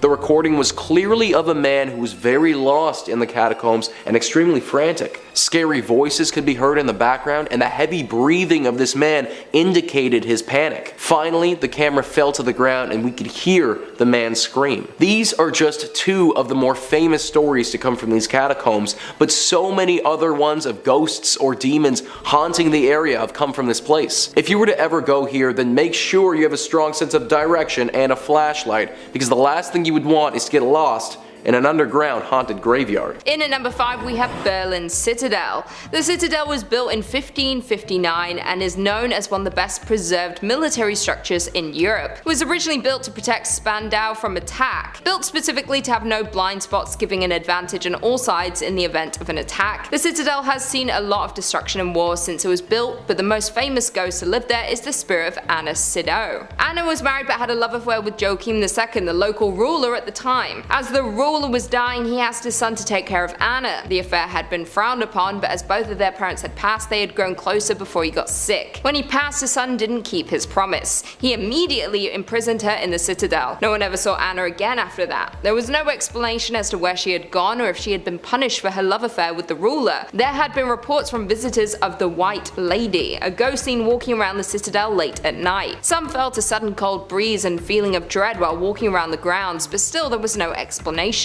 Years later, the Citadel was a big tourist attraction and renovations took place. While they began to renovate, they found the remains of Anna. She had been walled into a cell and left there. This seemed to confirm the rumors that she was the White Lady for all these years. Some people have seen her late at night, but others have felt her presence. Even after she was found, her spirit had remained. If you visited today, you might catch a glimpse of her if you were to be there after nightfall. Coming in at number 4, we have Svitkov Castle. The origin of Svitkov goes back to the prehistoric times. A fort was built there in the 1st century AD. It sits on the edge of a lake covered in all sides by water, making it the perfect place if you're worried about intruders. The castle was built in the early 13th century by King Otakar. It is not known when it was built, but the first written mention of the castle was in 1234 when it was owned by the King of Bohemia. It had many owners throughout the years, being seized in wars and passed to new rulers. It is now owned by the National Heritage Institute and is open to guests. It is regarded by locals as the creepiest place in Germany. Many refuse to visit or leave before it gets dark, as not not to disturb the spirits they believe to live there. They believe that the castle is home to a dark supernatural entity. They believe it had been since prehistoric times and has never left the land. There are often voices heard from around the castle, technical faults happen often with no explanation. It's also been said many animals refuse to go into the building and act strange on the land outside the castle. There have been many times where the staff had lit candles to light up the halls when night falls. There have been times when every candle had been blown out at once, sending chills down the spines of anyone in the area. The most haunted part of the castle is the main tower. There are reports that if you sleep in the tower, you will pass away within the year. There are at least 2 confirmed cases of this happening throughout the castle's history. Coming in at number 3, Osnabrück. Osnabrück was once the site in a major pagan temple and burial area. The pagans decided that they would attempt to convert the German people to the Christian faith. This led to a massacre taking place at the temple. The local forces took the lives of those there, including the priests. They then desecrated the graves and broke their altar stones. The pagans built their temples and buried the dead on sacred land. It is believed that this act disturbed the deep magic infused in the land. Now every year during the winter solstice and summer equinox, something strange happens on the land. Strange orbs of light have been seen moving around the area. Screams are heard from miles away. Stains appear on the stones that still lay there today. Although the town have now been built away from the graveyard, you can still visit today. Many locals avoid the land as the spirits there seem angry about what happened to their descendants. It is thought these spirits wield great power and could have revenge when and if they choose to. If you do choose to visit, you need to be warned to be respectful. Do your research before and careful when you arrive. Many have reported seeing terrifying things or feelings like being watched while there. No one visits during the solstice and equinox, as this is when the spirits are the most active.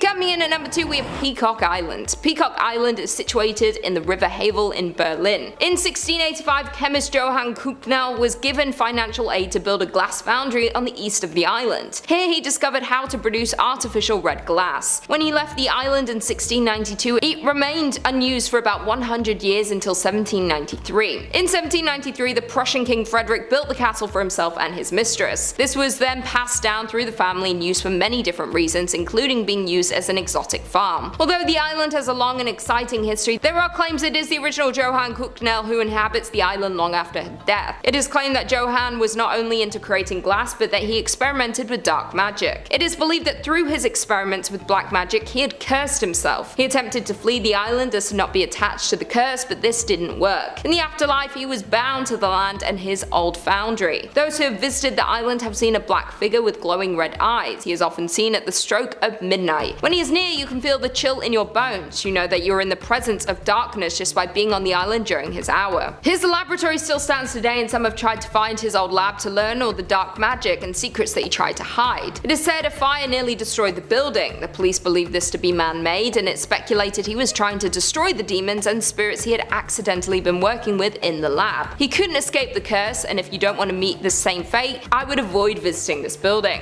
And finally, in at number 1, we have the Woldneil Hostert School. The school was first built in 1913 and then closed in 1937 when it was then used by the National Socialism Party. They wanted to use the building as part of their euthanasia program. They wanted to make their bloodlines pure and strong, and they had the idea to use the building to house anyone who was not seen as genetically healthy. All those with hereditary illnesses or who were severely mentally and physically handicapped were classified as lives unworthy of life. They would invite the people they deemed to fall into this category to live in the facility before they would eliminate them. According to data collected, more than 260,000 people fell victim to their war against sick. This was just one of many of these facilities run around Germany. With all of the horrible acts committed here, it is no surprise that it is haunted with the lost souls. The people lost here were taken suddenly, and their spirits remain unable to pass on. Some people who have visited reporting hearing blood-curdling cries coming up the walls in every direction. Others have seen shadows darting from room to room as though they are watching those who walk there. Other ghosts have been seen looking through the windows or sitting inside the rooms late at night. They don't seem to have bad intentions, but they seem to be distraught, which can be equally as dangerous if you were to stumble across them unknowingly. Some even claim to see children who have disappeared as soon as they were noticed. The stories from those who have visited are terrifying and chilling to hear. It is enough to warn anyone away from attempting to visit the old school. Kicking off the list at number 5, the Landmark Inn. Located in the Upper Peninsula of Michigan, right around Lake Superior, you'll find the Landmark Inn. Yeah, nice and cute and cozy. Come on in, take your coat off, stay a while. This fancy hotel was originally built in 1930 as a luxury accommodation for wealthy business owners from all around the United States.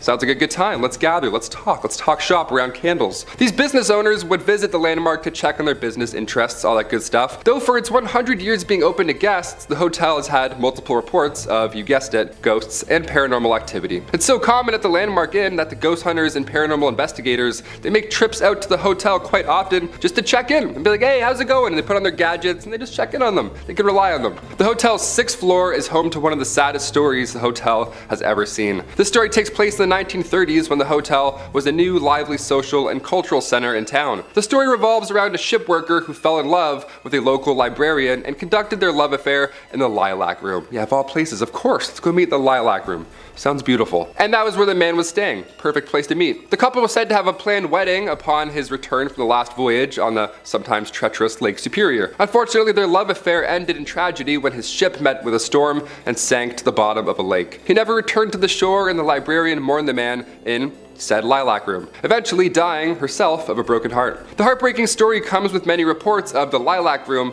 now being haunted. Yeah, rightfully so, as a large number of guests has reported hearing cries and whispers from a female. The female is also seen by many guests and workers on the 6th floor near the Lilac Room, crying and mourning for her loved one. A less romantic story that is associated with the hotel goes back to when it was even finished being built. During construction, a man ended the life of his girlfriend due to anger and jealousy, and this took place right after she told him about her past boyfriends and their relationship history, just normal stuff that he flipped out on, just a monster. And since the hotel was still being built, to conceal the evidence, the man buried her in the unfinished basement. Just horrible stuff. You knew I was going there and you're like, ah, please don't. To this day, decades later, visitors and employees report hearing cries from that basement, and some report hearing whispers from a female voice asking for them to find her body. I just got goosebumps. That's real goosebumps. No matter how much time goes by, these two women, heartbroken for different reasons, still haunt said hotel today. Number 4, Michigan Bell Telephone Building. The Bell Telephone Building can be found in downtown Grand Rapids. It's known from the legend that the building is haunted by 2 ghosts. It's always 2, eh? Always gotta have pairs. Good things come in pairs. Even demons. These spirits have consistently caused chaos throughout the buildings for years in their own unique personal way. We love it. We love a unique ghost. The spirits that haunt the Bell Building are rumored to be Warren and Virginia Randall, a couple who used to reside in the Grand Rapids. Back in 1907, they moved from Detroit and bought the Judd White Mansion in Grand Rapids, which has now been torn down and built into what we now know as the Bell Telephone Building. So a lot of history there already. Over the years of living in this new house, Warren and Virginia's relationship started to crumble as Warren became very strange and paranoid almost, creating hardships in their relationship. In 1908, Virginia became tired of Warren's strange and aggressive behavior, so she decided, I'm out of here, peace. She left him. One night, 3 years after they were separated, Warren convinced Virginia into taking a car ride with him, hoping to get back together, maybe talk it out. The two of them ended up at the Judd White house where their verbal disagreement turned horrible, and Warren sadly took the life of Virginia. Then he proceeded to end his own life in the very same moment. The tragic accident that happened in the Judd White house became public knowledge, and the house was left empty with no one wanting to occupy it. Yeah, more than fair. I'm like, what's rent? Also, what happened? No. The house remained abandoned for 10 years after the accident until they finally just decided to tear the thing down completely. Thus, in 1924, they built the Bell Telephone Building on the ground, which still is in operation today. Yeah, they didn't tear that one down. That one's still going strong. Due to the horrifying scenes that happened on the grounds of the Bell Building, many claim that the spirits of Randall and Virginia still remain, haunting the new building. Some say that ghosts move into the new building and remain there to this day. I mean, I think that's possible. Ghosts like to move. They can go through walls, they can probably relocate. Through the years of operation in the office building, visitors and employees all report being harassed by strange late night calls, which have been traced back to be coming from inside of the building itself. Yeah, inside the house. You guessed it, it's upstairs. That's so scary. Due to this and the strange eerie feelings that the employees feel while they're even working, it's safe to say Randall and Virginia may remain on the grounds. Most likely. They're definitely there. It sounds like they're there. They're for sure there. Number 3, the Henderson Castle. Established in 1895, this castle is a hub for many spirits and paranormal activity. I mean, it's a castle. The original owners, Frank and Mary Henderson, are said to haunt the castle as they passed away back in 1899. Yeah, I wouldn't want to leave either. living or dead. Additionally, other spirits are said to reside in the castle, a young girl and a dog. Yeah, a dog! We've got a dog ghost. How do you deal with that? Ghost barks? That'd be so scary. In 2005, the castle was occupied by Peter Livingstone McNellis and his family. When the family resided in the castle, Livingstone's son, Vincent, before anyone else had ever reported anything strange happening in the house, he said that he saw an apparition of a figure in the Victorian room, originally the changing room for one Mary Henderson. The son said while pointing at a picture of a woman dressed in an old period clothing, some Victorian clothing, that was the woman he saw wearing that same clothing. I would throw up. If someone ever said that, I'd be like, oh, this Victorian painting? And one former innkeeper who stayed at the castle each night told Livingstone on numerous occasions that she also felt a presence coming up and down the staircase, a movement passing her on the stairs when she would walk by. Ugh, these are scary. Top 5 is like, or top 10 is scary fish. This is hard. This is some scary stuff. 9 a.m. I'm already getting spooked. While now the castle is being used for a bed and breakfast, guests have fallen victim to ghosts as well. Yeah, it's not over yet. The Henderson Castle is a very paranormal active ground that many ghost hunters have investigated, and they've confirmed, in fact, that it's haunted by spirits. I trust them. The people that can go into these castles and physically do this, I'm like, yep, I trust your opinion, whatever. He just comes out, he's like, haunted. We're like, thanks, Daryl. This has been confirmed as these ghosts have interacted with many paranormal investigator teams, in addition to guests and employees of the castle. Yeah, they're just harassing everyone. The ghosts seem to be friendly, not evil whatsoever, so that's a good side, I guess, to being haunted by ghosts. They have been known to speak and physically touch guests and employees. Just they touch them on their back, side, shoulder, always in the back. You never see it coming. It's always in this region. Not only that, but there's also been reports of radios making weird noises or turning on by themselves, even though they're either unplugged or just either turned off. Both bad, both scary. Guests and employees have also reported hearing footsteps upstairs, slamming doors from unexplainable sources, and some ghosts have been wearing the clothes that they wore while they were alive. Clothes that they wore while they died in, probably. As the spirit of Mary Henderson has been reported as many guests at the top of the staircase, wearing her usual getup. Imagine being like a clown, like a jester, and then you die in that, and that's what you look like as a ghost. You're like, what? I was doing a mascot gig. I don't want to look like a shark forever. Number 2, Allegan Lodge. The old Allegan Elk Lodge was built in 1909. It was used as a psychiatric and TB hospital until its closure in 1948. The lodge was a former hospital that was frequented by mobster Al Capone, and one that many say is haunted by at least 7 different ghosts. Yeah, you thought 2 was bad. Add 5 more. Now we got 7 ghosts. And it's currently on the auction block in Allegan. If you have a lot of money and bravery, there you go. While the structure was originally built by physician John Robinson in 1909, somewhere in the 1920s, it was sold to a doctor from the Chicago area who had allegedly had underworld ties. That's a great doctor. That's just who you want working on your pancreas. Brought pancreas back today. The facility was supposedly frequented by mafia figures such as Al Capone, the Prohibition-era Chicago mob boss, and his men. Yeah, well, they needed medical attention or when they simply needed to get away from Chicago, this is where they'd go. The old Elks Lodge, Al Capone. He's like, oh, it's cozy. They have great soup. Years later, it was used as an Eagles Lodge and an Elks Lodge. And in 2010, it was acquired by an Allegan woman who began renovating the property, but now she wants to sell it. Yeah, can't imagine why. Because one of the former doctors who owns the lodge had underworld ties, maybe? Something like that? I don't know. It led to a lot of people believing that there's a lot of undercover stuff about this lodge. It's still happening to this day. I don't know why I'm doing this like it's like over there, but I'm like, there's something going on in that lodge. Especially as it's known to hold 7 different paranormal entities, like I mentioned previously. For many years, employees and visitors have told stories of spirits who relentlessly roam the building. Some of the paranormal activity that has been experienced here includes cabinets opening up by themselves in the kitchen, sounds of children laughing, it's always calming in the morning, photographic anomalies captured throughout the building, and like you name it, shadowy figures in the basement, all bad. Notably where the morgue was located, the basement, good stuff, a lot of stuff happening in there. They'd be knocking on the front door, indiscernible conversations, and ringing at the doorbell when no one was present. Yeah, good stuff. Again, I have goosebumps, they're back. Guests also heard footsteps and the sound of hospital activity long after being used as one. They'd also see full-bodied apparitions of children. They would just see ghost children. That would be it. I wouldn't have to see any more. I would just see the ghost children and be like, again, see ya. Like that's. And finally, number 1, Point O Barks Lighthouse. There are plenty of lighthouses in Michigan, and plenty of them are rumored to be haunted, of course, because they're lighthouses and they're creepy, as they normally are. And this one is no exception. Built in 1847, real old, a lot of history with this one. The lighthouse is located on Point O Barks. As the legend goes, early to mid 1800s, Peter Shook had been Point O Barks' first lighthouse keeper. He was the OG.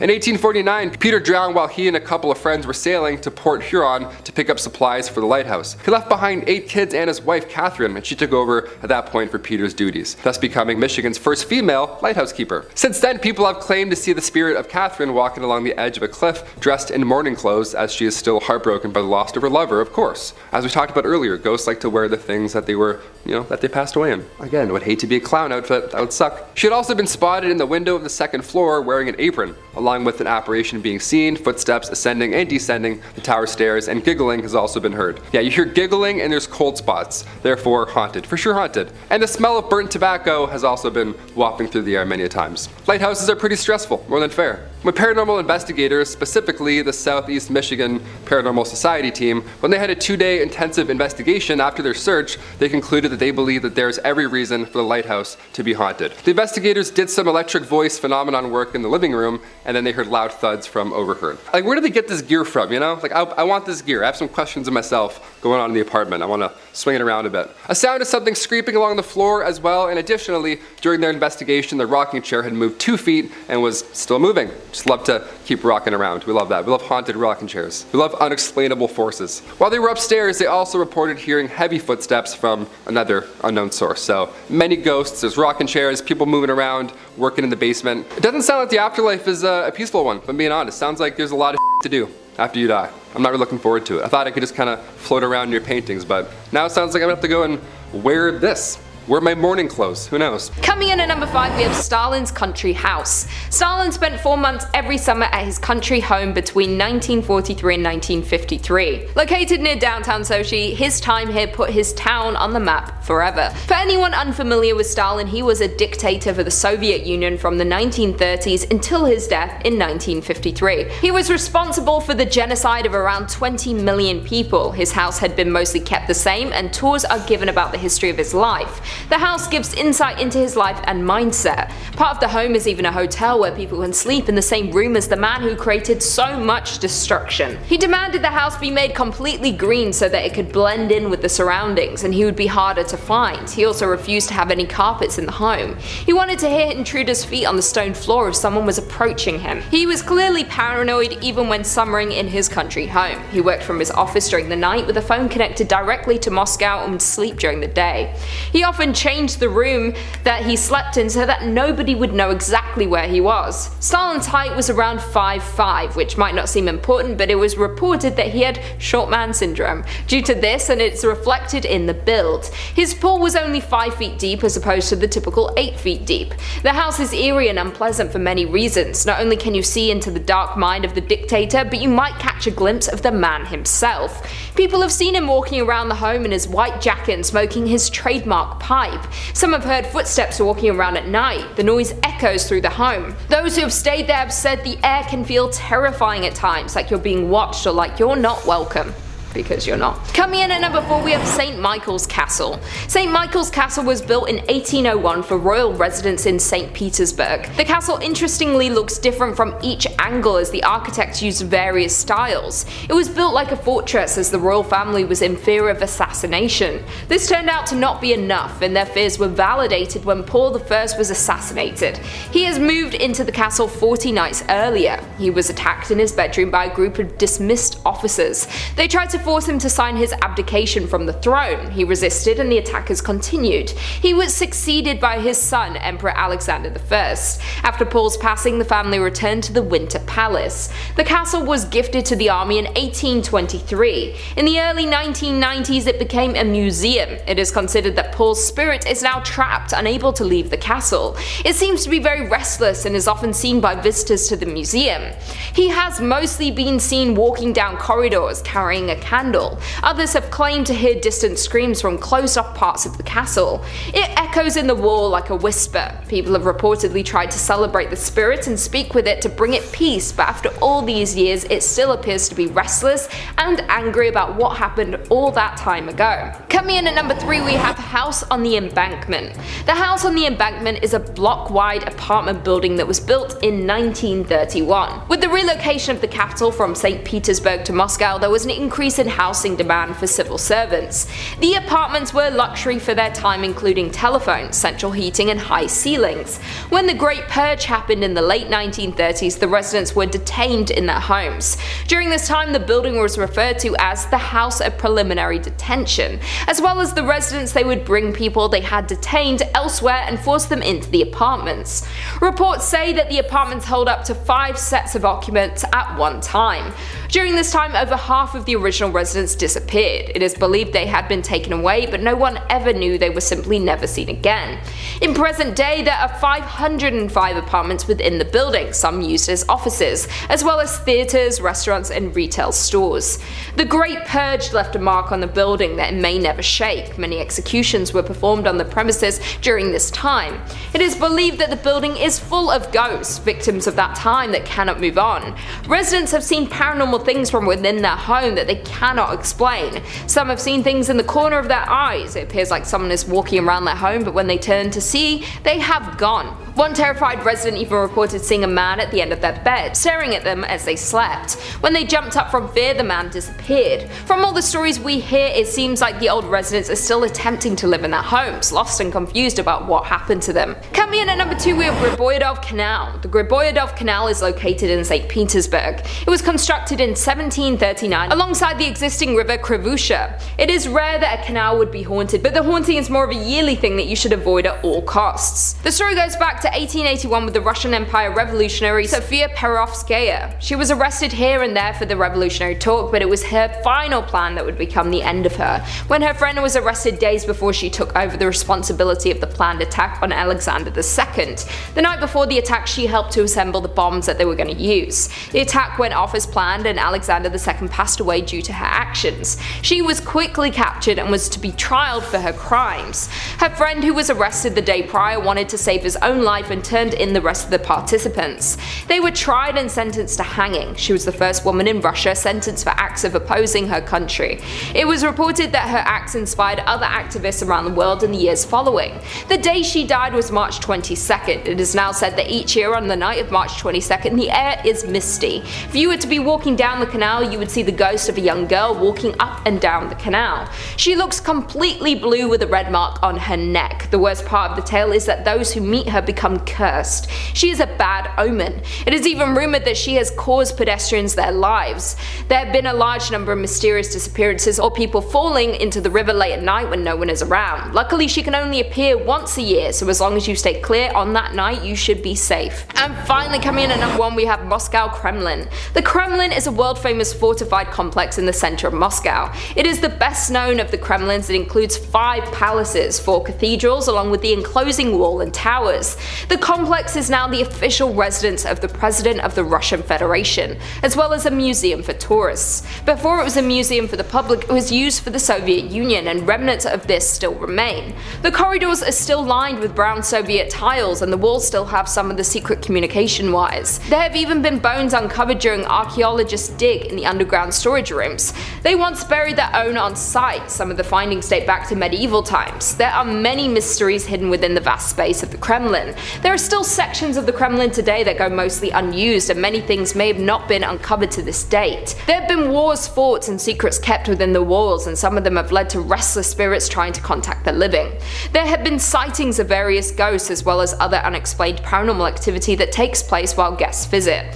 One of the most common sights is that of an old soldier. At first, he seems to blend in with the other security, but as you begin to notice his old uniform, he will often vanish. He has been seen by different guests on different occasions, but no one has been able to get closer to the spirit to see who they are or why they might be there. There have also been sightings of what is believed to be the royal children playing. They were all baptized on site during the 17th century. The monastery was unfortunately blown up in 1929 to make room for the new buildings. Around that site, you can sometimes hear children playing, and some have even claimed to see children dressed in older looking clothing. It is believed their spirits choose to rest here, as it was where they grew up and had a deep connection to the place. These are just a couple of instances of hauntings around the site. There is so much more to discover and see at the Kremlin. Number 5 on this list is Mary King's Close. Mary King's Close is known to most as being Scotland's most haunted street. It's a very dark and mysterious looking street. I'm not sure if we have any Harry Potter fans watching, but it reminds me of the dark part of Diagon Alley. Just really strong and creepy vibes. It leads off of Edinburgh's Royal Mile, which is the road coming from Edinburgh Castle. This close was apparently gated off in the past during an outbreak of the plague and was left like this for a long time. Only pretty recently has it been reopened, but ever since it has, the reports of hauntings have run rampant. The most commonly spotted spirit here is that of a young girl. Nobody knows her name or why she's there, but she'll often appear holding a little plush bunny rabbit and run through the close. She's said to be devilishly tricky as well and will often steal tiny things off of your person as you pass by without even realizing. Phones, wallets, rings, necklaces, tiny things of this nature are often reported being lost or stolen after walking through the close. Some people think that when this place got bricked up, she was actually forgotten about in here and then died. I'm not sure how someone could possibly have forgotten a little girl here as they were locking it up, but I suppose anything is possible. Either way, it is deeply haunted now, and if you do go, then make sure you leave all your valuables at home. Number 4 on this list is Stirling Castle. Stirling Castle is one of the most haunted castles in all of Scotland's history and is located on top of Castle Hill. Great Castles writes, "The most famous spirit to call Stirling Castle home is the ghost of the Green Lady. Stirling Castle still serves as the home to a garrison, and one evening she delayed dinner in the officers' mess when she materialized behind the chef who was preparing the meal for the soldiers. Feeling as though he was being watched, he turned around, only to see her green, translucent form standing behind him, at which time he fainted. She simply vanished on this occasion, but her appearances are usually a harbinger of bad things to come. On several occasions, her visits have occurred shortly before fires or other mishaps at the castle. The ghost of a pink lady sometimes can be seen leaving the castle and walking to the neighboring church of the Holy Rood Ladies' Rock. This was an elevated location where the ladies of the court would go to watch knights participate in jousting tournaments. Some believe the Pink Lady is the ghost of the sole survivor of Edward I's siege of the castle in 1304.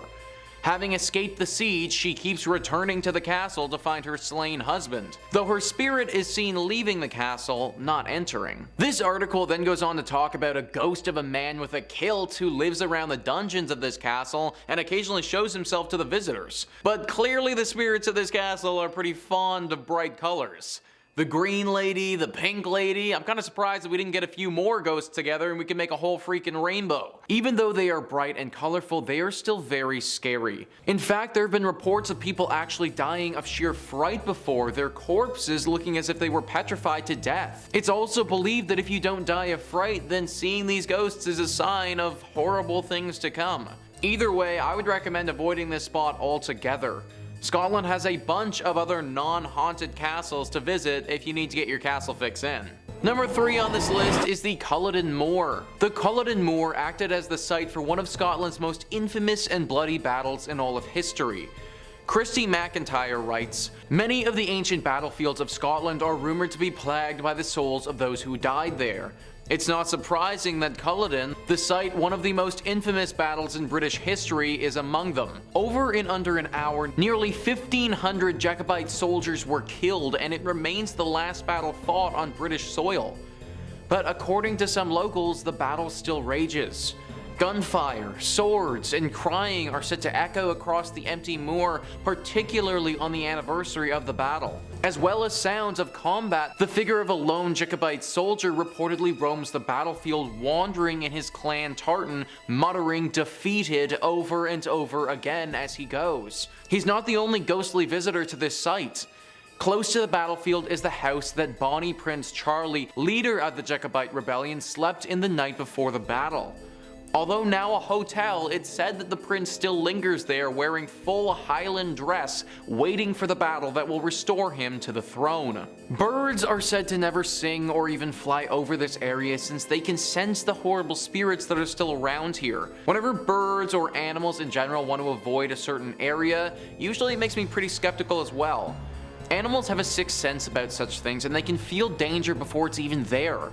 Also, if I'm to avoid any ghosts, then it's always going to be the ones that were slain in battle. These souls have been through hell and are obviously very dangerous. Our soldier could wander around saying 'defeated', or he could pull out his ghost sword and go to town on you. Not a risk that I am personally willing to take. Number 2 on this list is Overton Bridge. I'm sorry, but this bridge is clearly haunted. Is actually the title of an article written by Amanda Arnold on how freaking haunted this bridge actually is. The bridge is located in the small Scottish town of Dumbarton. Most bridges that we talk about on this channel are haunted by the ghosts of those who have passed away here, or some lady in white that longs for her lover here, or something like that. Not this one though. This bridge actually isn't dangerous at all to humans.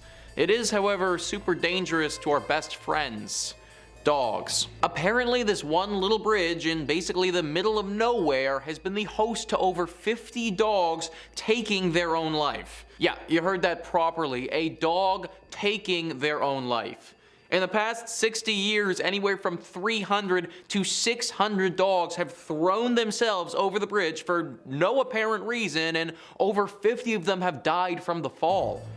Think about that statistic for a second. Like, that's actually kind of crazy. Outsiders believe that there has to be some kind of smell or some property around here that attracts the dogs to the water, but locals believe it's something paranormal. Apparently, even though these spirits are not dangerous to humans, we can still sense them, and people around here have sensed these beings before. It also doesn't seem like a smell that bothers these dogs because they go into a deep trance right before they leap off. At first, she froze, McKinnon told the Times, but then she became possessed by a strange energy and ran and jumped right off the parapet. That was a statement from a dog owner who watched as their dog jumped off the bridge. Locals think that the ghost who is causing these doggy disturbances are from the Lady of Overton. She died here many years ago mourning her husband. I suppose this could be the case, but why is she taking out her grief on dogs? Like, come on lady, let's leave the pups out of this. Anyways, this is definitely a haunted spot, and if you do happen to be walking your dog here, then keep it on a leash.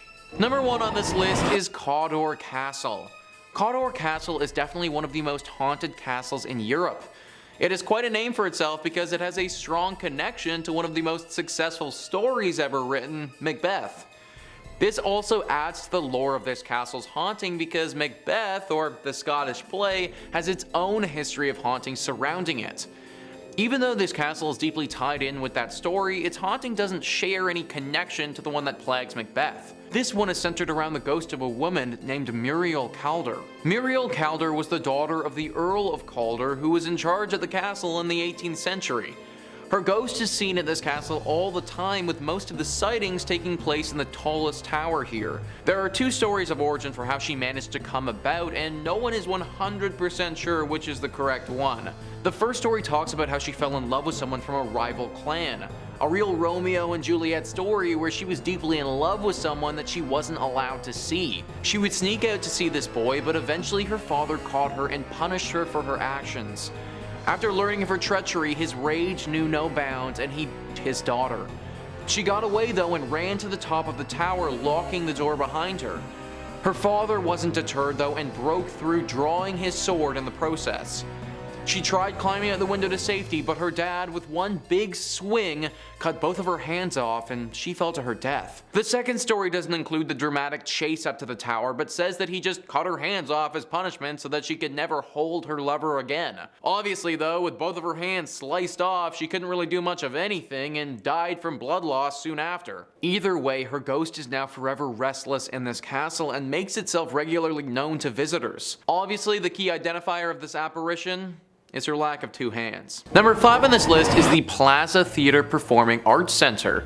Built in 1930, this beautiful theater has had many shows and screenings here over the years. For 55 years, it was in operation as one of the premier spots to have your movie shown, but in 1985, the theater shut down. It remained as such for about 20 years when in 2006, it began to get renovated. Now it's mainly just for live theater and other performance art in the city of El Paso. Like a lot of beautiful old theaters though, as time passes, legends emerge, and this one in particular certainly has its fair share. The Plaza Theatre for Performance Arts Center has 3 primary ghostly apparitions it houses. The first is our very standard and very classic drifting woman in white.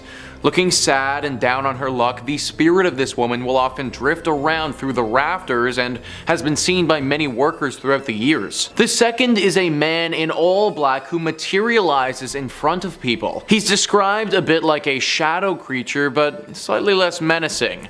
I suppose if we have our woman in white, it's only fitting that we have a man in black to get a little bit of variety going. The third ghost sticks with the theme of spicing things up and is actually a little boy with a bouncing ball. It's not a basketball, but a small bouncy ball that the child seemingly plays with as he haunts the theater. Nobody knows the origin of these ghosts or how they got here at all. Are they connected? Maybe once a family unit who died here together, or are they all separate and have each suffered strange tragedies at this location over the century? El Paso, I'm sure, has some other theaters, and I'd stick to those ones if you're looking to watch some live shows if you're there. Number 4 on this list is Henley Row. Located on the Texan island of Galveston on the Gulf Coast, this is the most famous haunted spot for locals in the region. Texas Highways writes, "It's not surprising that Henley Row is a hotspot for supernatural activity. Completed between 1855 and 1858 for shippers and cotton brokers, it was the town's tallest structure during the Civil War. The roof doubled as a Confederate lookout for Union ships. Galveston and nearby barrier islands, history have been laced with tragedy. It was the site of a bloody Civil War fight, and serial epidemics of yellow fever decimated the populace. Hurricanes blast through regularly. The 1990 storm left up to 12,000 casualties in the worst natural disaster in US history. No wonder Texas writer Brian Woolley called Galveston an old cemetery with a beach attached. The resident ghosts of Henley Row represent aspects of Galveston history. There's the Confederate soldier seen on the roof and around the building. The bloodied teenage factory worker is a vestige of the building's cotton grading days. The lady in white and the running and playing little boy and little girl are thought to be 1900 storm victims. The upper floors house apartments and offices now, but Henley Market's glass ceiling reveals views of stairs and landings. During renovations, workers reported tools mysteriously moving around. Staff recall other spooky experiences as well. Some years ago, a friend gave her old photo of Dr. Wilbur from a house on Church Street that's always displayed in the shop. When Hurricane Ike inundated the building with 10 feet of water in 2008, the photo went undamaged while many other things were destroyed. Every year on November 1st, employees construct an elaborate Day of the Dead altar that includes the photo and lighted candles. Before closing, the staff follows a 3-person backup routine to ensure the candles are completely extinguished, even dousing them with water. Yet almost every single year, 1 or more candles are burning the next morning. I can't imagine working at a place where we had to light candles for our ghost altar. Like, that action alone would make me want to quit immediately. I suppose the one good thing is that the ghosts here don't appear to be particularly evil or wanting to inflict harm. Still though, waking up and heading to work is already a tall task as it is, but knowing that there's a dead little boy and girl waiting there, yeah, that's a solid no-go for me. Number 3 on this list is the USS Lexington. The ship has its own museum dedicated to it now, and it is 100% haunted. The decommissioned World War II aircraft carrier is riddled with different phantoms. This museum is literally said to receive, on average, hundreds of reports of ghostly apparitions in 1 year. That is so much supernatural energy that is just congregated here. Now, World War II was obviously an awful time, and if this boat played a major role in the Battle of the Atlantic, which I imagine it did, then it assuredly saw its fair share of tragedies. The ghosts are not quiet about their presence, they make themselves very known. One of the most famous ones resides in the engine room. Apparently, visitors will go there and a spirit will form explaining the engines and how they work. Then, when his lecture is over, poof, he will be gone in a puff of smoke. There's also a general sailor that walks around the ship and is actually said to be rather helpful. However, with these tame ghosts, there are some troublemakers as well. Small items that you may have on your person, a wallet, a watch, a phone, a keychain, anything like that are often reported missing after people get on the ship. If you do intend to go here, then hold on to your valuables very closely and get ready for a long lecture on engines. Number 2 on this list is Bragg Road. For over over 100 years now, this road has been haunted by a very strange and ghostly light. It's been seen by hundreds of people during that time, and nobody can explain it. Texas Highways says,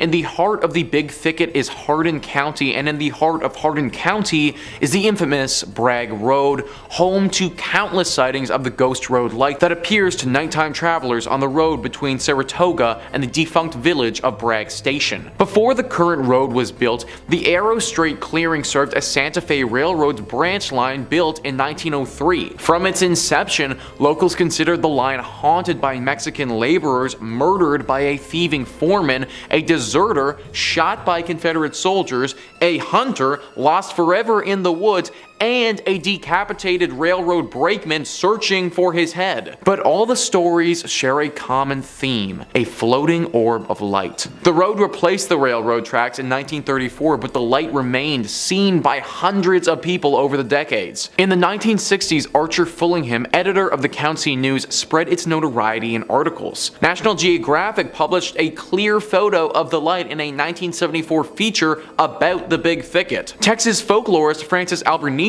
documented sighting stories from the old-timers and young folks alike. In 1997, Hardin County designated Bragg Road as Ghost Road Scenic Drive Park. A pretty road through the woods in the daytime turns into a spooky spot for supernatural sightings by night. Word is the most auspicious times to see the light are on moonless autumn nights. What the heck is this light that has been haunting this place for all these years? Even National Geographic, a very highly reputable column, has posted stories on it with actual photos including it. If it's a manifestation of some of these ghosts, then which ghost is causing it, and maybe more importantly, is it dangerous? If you want to find out, then you need to head to Bragg Road and look for yourself, but I wouldn't recommend it, honestly. And finally, number 1 on this list is the Yorktown Memorial Hospital. This hospital is definitely up there as one of the most haunted spots in Texas, and could even make a play for the most haunted spots in America. It was built in the 1950s and managed by the Roman Catholic Church for a few decades before eventually closing down in 1986. Then for 8 more years until 1992, it was a drug rehab facility, but finally in 1992, it closed for good. Since then, it's been abandoned and gained some very serious ghostly legends by the locals. One of the most famous demonic creatures that resides here is this black specter with bright glowing red eyes. It's not shy either and will attack you if you're here alone or in a vulnerable state. This is the most famous of the presences here, but it isn't alone. The ghost of a man who appears to have a bullet wound directly in his forehead is also said to live here. His ghost is a lot less forceful than the dark demon though, and is said to just show himself to visitors rather than attack them. The spirits of nuns are said to be on the 2nd floor though as well. These spirits are similar to our demon creature and will claw and scratch at people who decide to come here. Along with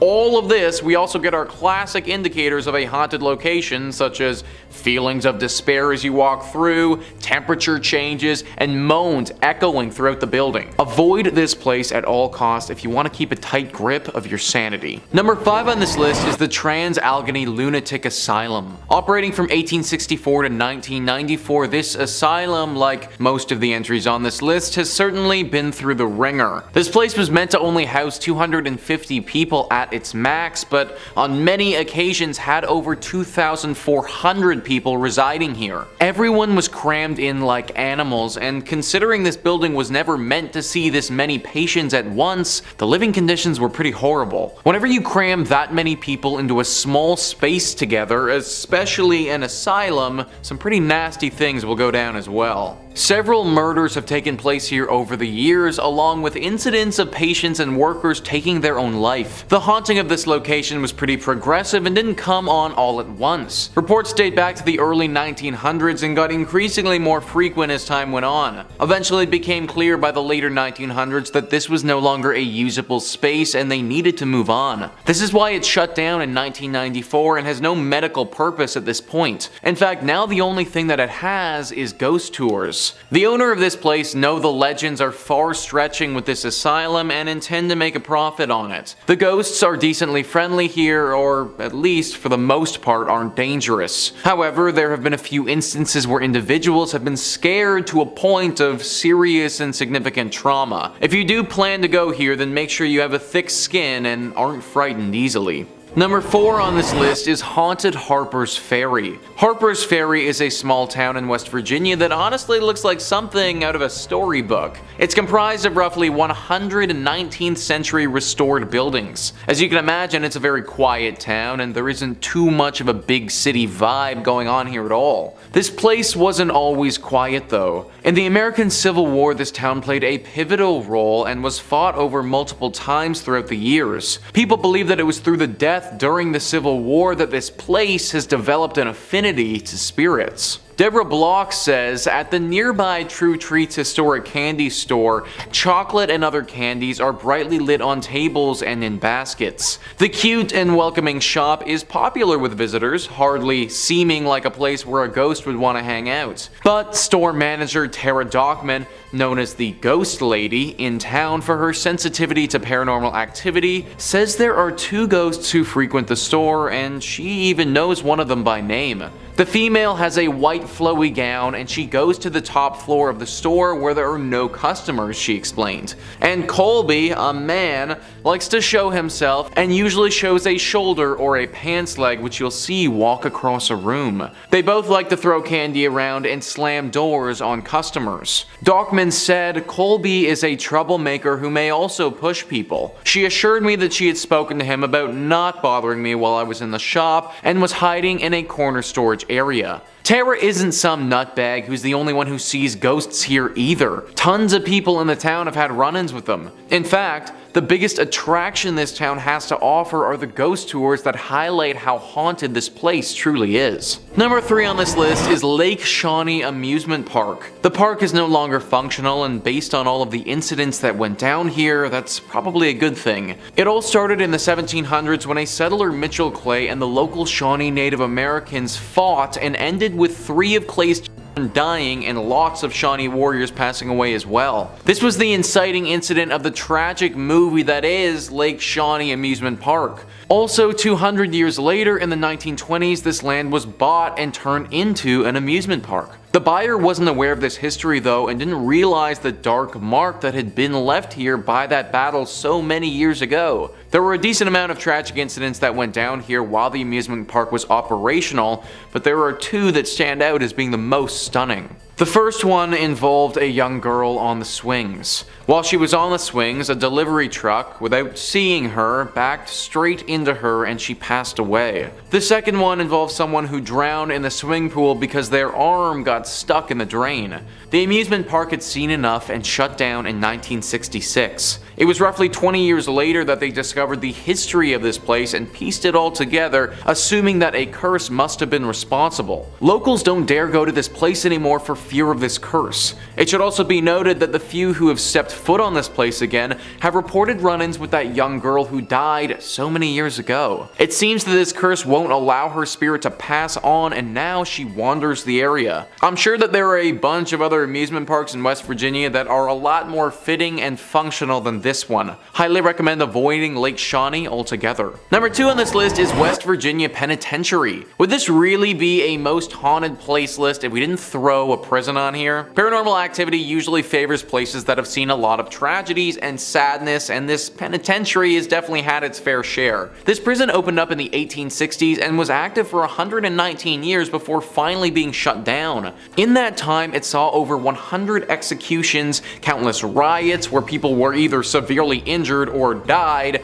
fires, and an insane amount of human rights violations. All of this has led to what we have now, which is just a really haunted prison. Though the prisoners are gone, they're not forgotten, and by many accounts, the ghosts of some of the 998 men who died here still roam free. There's a shadow man that has been seen and even photographed. Staff of the prison have been accosted by unseen forces. Strange noises still echo throughout the cell blocks, and something dark lurks in the bowels of the building. That was a small passage from Moundsville Haunted History, who are familiar with the prison. 998 men though. That's how many different individuals are thought to potentially haunt this place. That's literally a full-on ghost army right there, guys. This place must have been horrible if that many people's souls are left wandering around this space. If I was the owner of this spot, I'd do those 998 people a favor and just knock this place to the ground. Maybe then these ghosts can finally rest. And finally, number 1 on this list is Point Pleasant. This has got to be the top spot on our list just considering the amount of lore surrounding the creature here. The Mothman. If you're watching videos on this channel, then I imagine you're already probably familiar with what this creature is, but for those who aren't, the Mothman is a humanoid creature reportedly seen in the Point Pleasant area from November 15th, 1966 to December 15th, 1967. Shayla Klein says, according to legend, Mothman is a black 10-foot creature with wings and red eyes.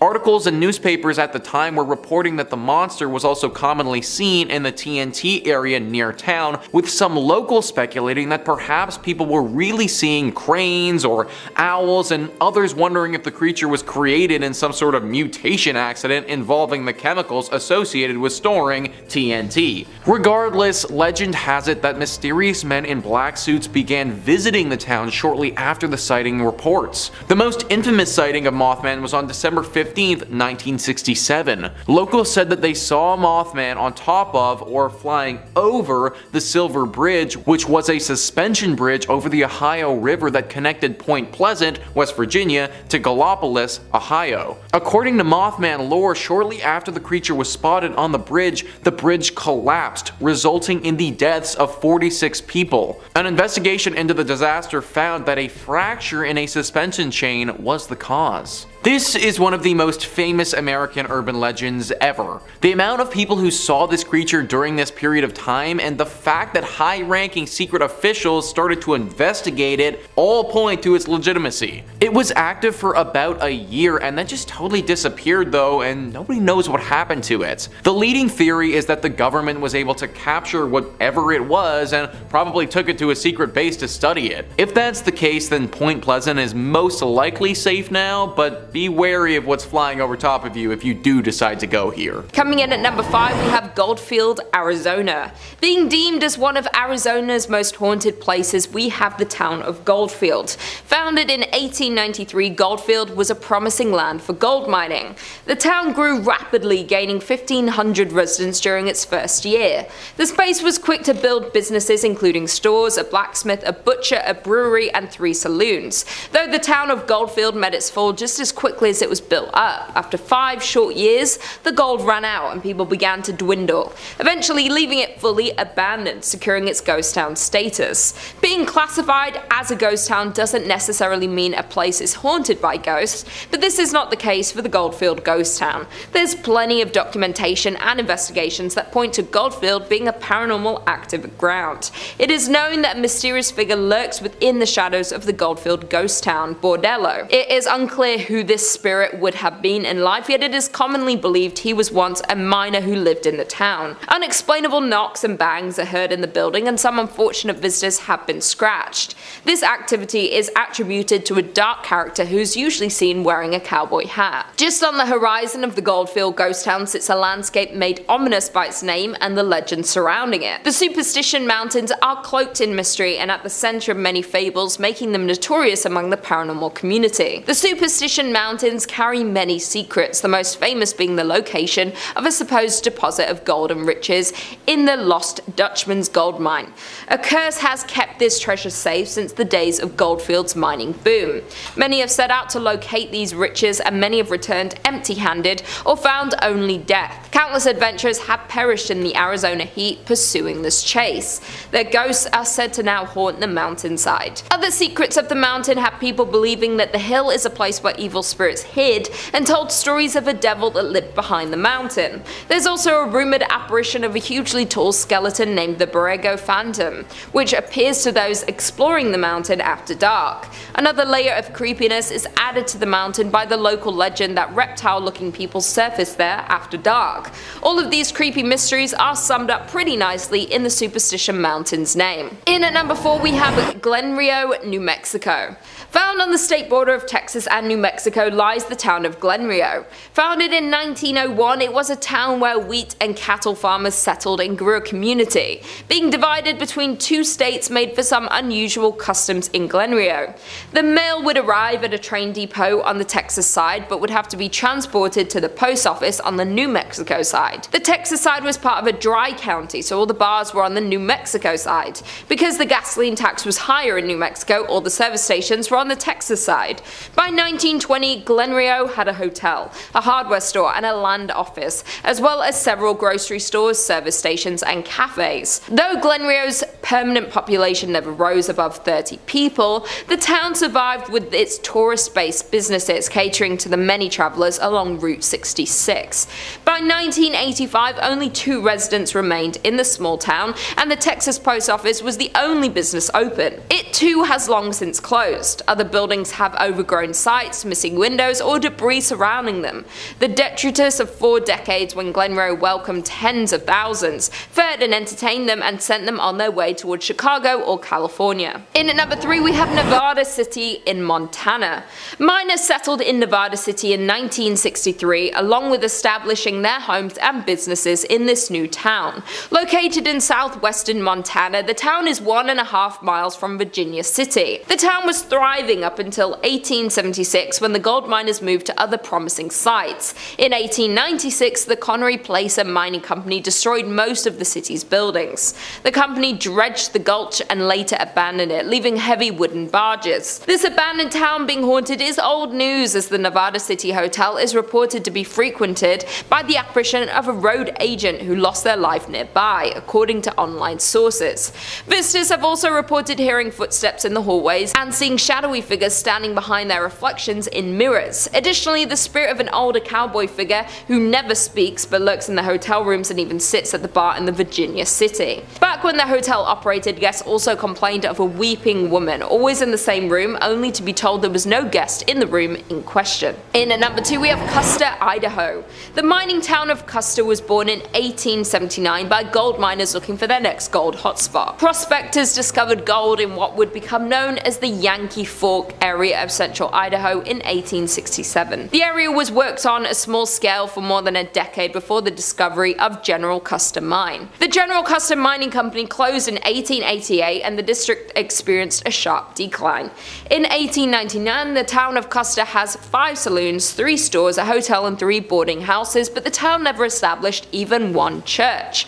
By 1910, most of the mines in the area were closed, and the Yankee Forks boom years came to an end. The combined population of Custer and the nearby Bonanza was just 66 people. The Silver Messenger reports just 2 families remaining in Custer in 1911, and then being fully abandoned the year following. Today, it has been purchased by the U.S. Forestry Service and, in conjunction with the Friends of Custer Society, is slowly being made into a historic site. Some original buildings have already been renovated, some are in process, and many others are slated to be restored. Several buildings lost in a 1960s grass fire are due to be replaced with replicas.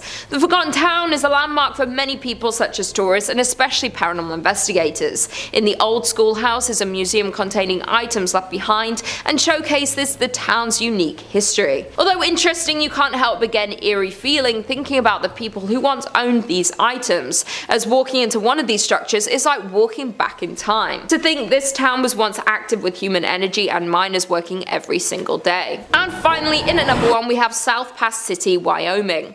Only about 10 miles north of the Oregon Trail is the shell of a town that used to be a busy gold mining camp. Established in a small valley along the banks of Willow Creek, the town was born in 1867. The town was built there because gold was discovered in the Wind River Mountains. By 1868, South Pass City boasted over 250 buildings, 1,000 people, and hundreds of claims. The town was extremely busy as its half-a-mile-long main street boasted numerous hotels, restaurants, general stores, 2 newspapers, doctors, a bowling alley, and dozens of saloons. The mining district continued to grow to as many as 3,000 residents. Miners looking for investors and newspapers promoting further settlement in the area exaggerated the region's amount of gold. But for South Pass City, its great success wouldn't last, and just 2 years after its establishment would begin to show its first signs of declining. Hitting a fall in early 1869, the town resurged briefly after outsider capital capital was poured into the area, but would fall again as expenses and hardships to recover the gold proved too costly for most miners. By 1872, the town was only occupied by only a few hundred people. In the end, South Pass would become a permanent ghost town. By 1949, the last of the pioneer families had moved on from South Pass City, and the buildings had fallen into disrepair. The grounds of the old town are known to be haunted, and Highway 287 that follows the route of the Oregon Trail over South Pass, which is the reason South Pass City ever existed, has had its fair share of ghost sightings. According to a local ghost story, a woman was driving home from a long day in Denver. Her friend had fallen asleep in the passenger seat. After passing through Jeffrey City, the driver spotted a dark, hunched figure walking toward the road in the sagebush. About a half-mile later, she saw the same figure closer to the road. She noted his pig coat as he became clearer. About a half-mile later, still thinking about this man and his surprising reappearance, she reached over to wake her friend and request she take a turn driving. As her friend awoke, she saw the same man at the edge of the road, just crossing the white line onto the highway next to the car. Screaming, they accelerated away and compared descriptions. It was certainly the same man. Coming in at number 5, we have Hotel Park Central. Located on Central Avenue in Albuquerque, you'll find Hotel Park Central. The original building was constructed in 1924 and served as a hospital. It was then purchased in the 1980s and transformed into a mental health hospital. However, in 2010, a major renovation occurred with a $21 million investment, and it became the luxury hotel that we know today. The hauntings in this building date back to the time it served as a hospital. Patients would report seeing apparitions, hearing voices, seeing objects move, and feeling the presence of other beings when nobody was there. As well, when it was a mental hospital, it was known by patients and workers that on the top floor on the right wing, there is a ghost of a woman that likes to watch people in the hallways. Patients also reported having their bed sheets pulled off them in the middle of the night.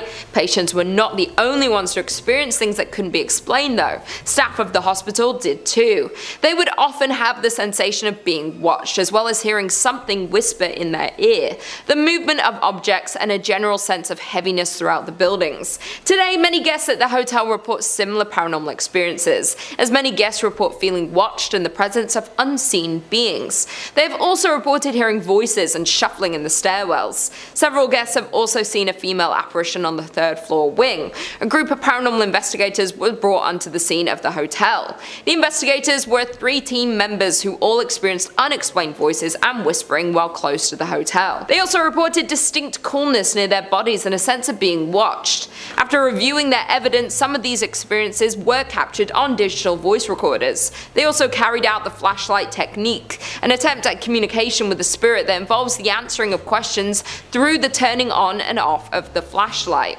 This was a success, with several responses captured on video. In at number 4, we have the St. James Hotel. Built in 1972 by Henry Lambert, the St. James Hotel was established. Found in Cimarron, New Mexico, the hotel is known to be one of the most haunted places in America. The St. James Hotel is said to remain host to several restless spirits. Both the owners and the hotel guests will tell you that many unexplained events haunt it. Several psychics have visited the hotel and specifically identified 3 spirits and many others who passed through to relive their experiences. The hotel's second floor is the most active, with stories of cold spots and the smell of cigar smoke lingering in the halls. A prior manager commented about the spirits that linger in the hotel and said, "You never see them, but you do feel and hear them."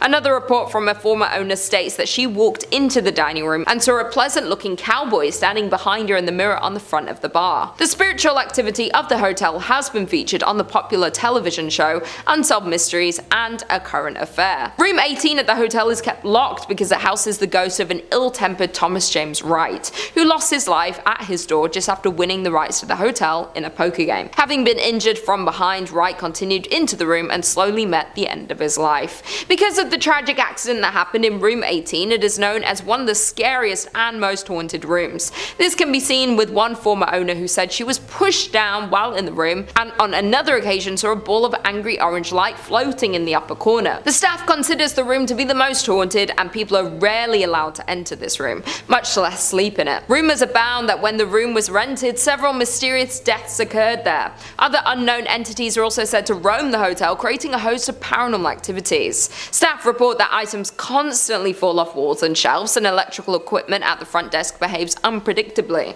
Others have reported cold spots throughout the historic inn, lights that seemingly turn on by themselves, feelings of being watched by unseen eyes, and cameras cameras that ceased to work inside the hotel, strangely returning to normal after leaving St. James. In at number 3 we have Kaimo Theatre. Built in 1927, this grand palace of a theatre certainly is a masterpiece of Pablo Deco fused with Art Deco.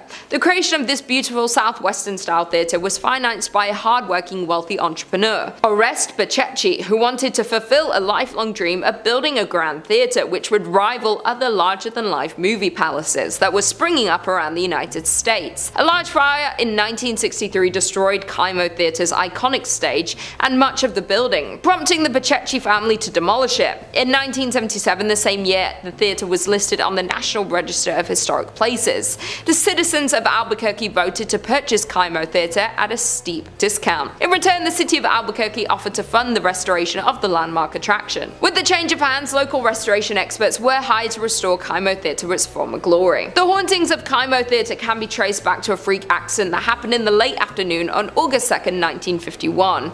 Back then, hundreds of moviegoers were in Kaimo Theatre to catch the latest films. Without warning, a water heater located in the theatre's lobby exploded, sending scalding hot steam and plaster into the air. A total of 8 people were injured in the accident, including one person losing their life, Bobby Darnell. Since then, the theatre is said to be haunted by the ghost of Bobby. Performers and staff of Kaimo Theatre have all reported strange and unexplainable activities happening in the theatre. In particular, donuts placed backstage for performers would often go missing. To appease the spirit of Bobby, an altar was erected beneath the stairs to the dressing rooms. Toys, sweets and donuts would be placed before every major performance to ensure the success of each show. Those who didn't would face a disastrous performance. Kaimo Theatre's technical manager Dennis Potter recounted an incident in December 1986 when the donuts were removed by Andrew Shear, director of A Christmas Carol, just minutes before the first show. It did not take long before the disaster occurred. Electrical cables fell, lights exploded, doors on the set opened without warning, and performers had forgotten their lines. After the end of the disastrous show, the donuts were promptly replaced and the next show went off without a hiccup. However, an interview with Andrew contradicted the Potter's story, with the former claiming that the donuts were never removed or replaced. Apart from the unexplainable disruptions, staff working at Kaimo Theatre have also reported seeing the ghost of Bobby, dressed in a striped shirt and blue pants. The ghost of Bobby is often seen loitering on the lobby staircase, looking for the next victim of his harmless shenanigans. In at number 2 we have La Fonda Hotel. Standing in Santa Fe, New Mexico, there is the historic La Fonda Hotel. Over the years, the hotel was destroyed and rebuilt several times over. In 1821, when Captain William Becknell blazed the path of what would become known as the Santa Fe Trail, he stayed at a La Fonda where the trail terminated at the town central plaza. As more and more pioneers traveled the Santa Fe Trail, the La Fonda became a popular destination for trappers, traders, mountain men, soldiers, politicians, and the like. The current La Fonda was built in 1922 on the site of the previous inns. In 1925, it was acquired by the Atchison, Topeka Santa Fe Railroad, which leased it to Fred Harvey. For more than 40 years, from 1926 to 1968, La Fonda was one of the famous Harvey houses, a renowned chain of fine hotels. Today, the La Fonda Hotel is said to host not only travelers visiting Santa Fe, but also several ghosts. Some people believe that the Honorable Judge Slough continues to walk its hallways. However, more often reported is the ghost of the distraught salesman who jumped into the well after losing all of his company's money. The hotel's dining room, called the La Plazuela, is situated directly over the old well, and both guests and staff alike have reported the sight of a ghostly figure that walks to the center of the room, then seemingly jumps into the floor and disappears. Other reported phenomena include a ghost that haunts the Santa Fe room, as well as a spirit that walks the hallways near the La Terraza, a restaurant located on the east side of the hotel's 3rd floor. In the 1970s, a ghost reportedly called the front desk to complain that someone was walking up and down the hallway in front of his room. When an employee was sent to investigate, he saw a tall man in a long black coat disappear into a stairwell. However, when he followed him to the stairs, there was no sign of the mysterious visitor. And finally, in at number 1, we have the Luna Mansion. The Luna Mansion in Los Lunas, New Mexico is known for one thing, and it's its ghost stories. Over the years, the Luna Mansion in Los Lunas has gained a reputation as being haunted. Guests and staff alike have shared stories of unexplained activity, which some chalk up to the paranormal. Over the years, the mansion changed hands several times before it was purchased and renovated as a fine dining establishment in the 1970s. It was then that the ghost of Josephina began to appear. Perhaps she didn't like the renovations, or maybe she just wants to stick around to make sure they were doing a good job on the home that she had spent so many years looking after. Dressed in 1920s period clothing, she had been described by employees as appearing very real. Most often she is seen in two former bedrooms on the second floor, an attic, storeroom, and at the top of the stairs leading to the second floor bar. At the top of the stairs sits an old rocking chair, which she has often been seen sitting in and rocking slowly. On one occasion when an employee approached the ghost, she simply stood up and then slowly vanished. More often she is seen walking up and down the stairs, a habit that has been so commonplace that employees barely notice anymore. Where there's one spirit, others seem to follow, and more ghostly apparitions have been seen at the mansion. One of these is a former servant named Cruz, who was thought to have been a groundskeeper. Most often seen on the main level, he is said to be particularly friendly to women and children and likes to play practical jokes on the employees and patrons. On one occasion he was seen sitting on a sofa as if waiting to be served. Dressed in vintage attire, the man was relaxing patiently when a waitress asked another staff member why he hadn't been served. However, the response was, "What man?" and when the waitress looked back to the sofa, the vintage spirit faded away. Coming in at 5, West Virginia Penitentiary. Opened all the way back in 1875, the West Virginia Penitentiary in Moundsville is said to be one of the most haunted prisons in the states. The first building constructed on the site was the North Wagon Gate, which was made with hand-cut sandstone. The state used prison labor during the process, and work continued on this first phase up until 1876. Following completion, the prison consisted of the North Wagon Gate, north and south cell blocks, a kitchen, dining area, hospital, and chapel, as well as a 4-story tower connecting the two administration buildings. The prison also included space for female inmates and personal living quarters for the warden and his family. Once the prison opened, it housed 251 male inmates, including some who helped construct the prison where they were incarcerated. The condition of the prison worsened throughout the years, and the facility was eventually ranked as one of the top 10 most violent correctional facilities. On Wednesday, November 7, 1979, 15 prisoners escaped from the prison, one of them being Ronald Turney Williams, who was serving time for murdering Sergeant David Lilly of the Beckley Police Department. He managed to steal a guard's weapon and reach the streets, where he encountered 23-year-old off-duty state trooper Philip S. Kesner, who was driving past with his wife. Kesner attempted to take action against Williams, but he was shot in the process. The prison was home to riots, fires, and nearly 100 executions during its time in operation. To this day, visitors have reported sightings of phantom inmates and a shadow man wandering the premises, as well as unexplained voices and cold spots. You can take tours around this haunted penitentiary and even view the electric chair dubbed Old Sparky. For you brave souls out there, you can also do an overnight session if you dare. Coming in at 4, North Bend Rail Trail Tunnel number 19. North Bend Rail Trail is located in Ritchie County in West Virginia and is a favorite for hikers, cyclists, and horseback riders traversing the 72-mile-long trail. However, proceed with caution if you wind up in the area, particularly around tunnel number 19, also known as the Silver Run Tunnel. History goes that on one foggy evening in 1910, an engineer spied a young woman in a flowing white dress standing on the tracks. He brought the train to a stop, but when he searched for the woman, she had vanished. He wasn't the only one to spot her either, many of his predecessors had as well. No one quite knows the origin of the woman in white, although some bones were found under a house near the tunnel. Some people say you can still spot her. Now, those who explore the tunnel are advised to bring a flashlight even during the day, with the tunnel being over 1,376 feet long, which is beyond sunlight's reach. You have been warned. Coming in at 3, Droop Mountain Battlefield. On November 6, 1863, the Battle of Droop Mountain occurred in Pocahontas County, West Virginia during the American Civil War. Confederate forces engaged but failed to prevent Union forces under General W. Averill from a rendezvous with other Federal troops in a joint raid on Confederate railways. Droop Mountain was one of the largest engagements in West Virginia during the war and essentially resulted in the Confederate collapse. The battlefield site is now preserved and administered by West Virginia as a state park, and the unknown Confederate dead are buried in the Confederate Cemetery at Lewisburg. A wooden observation tower, hiking trails, and picnic tables mark the grounds where the Civil War soldiers fought, died, and some say still remain. Many visitors have reported sounds of galloping horses and sightings of the ghosts of headless Confederate soldiers, as well as one soldier lying asleep against a tree. Coming in at 2, Lake Shawnee Amusement Park. In the late late 1700s, the Clay family moved to West Virginia, which is presently known as Mercer County. The Clay family, comprised of Mitchell and his wife, settled on an 800-acre farm and raised 14 children. However, in 1783, tragedy struck. While Mitchell was out hunting, a few members of the Shawnee tribe killed 2 of the Clay children and burned another at the stake. In retaliation, Mitchell hunted down a handful of Native Americans and killed them. The land in turn became unoccupied for years, up until the early 1900s when Conley T. Snyder purchased the land and built a small amusement park on it. However, the amusement park had just as unfortunate luck as the Clay family.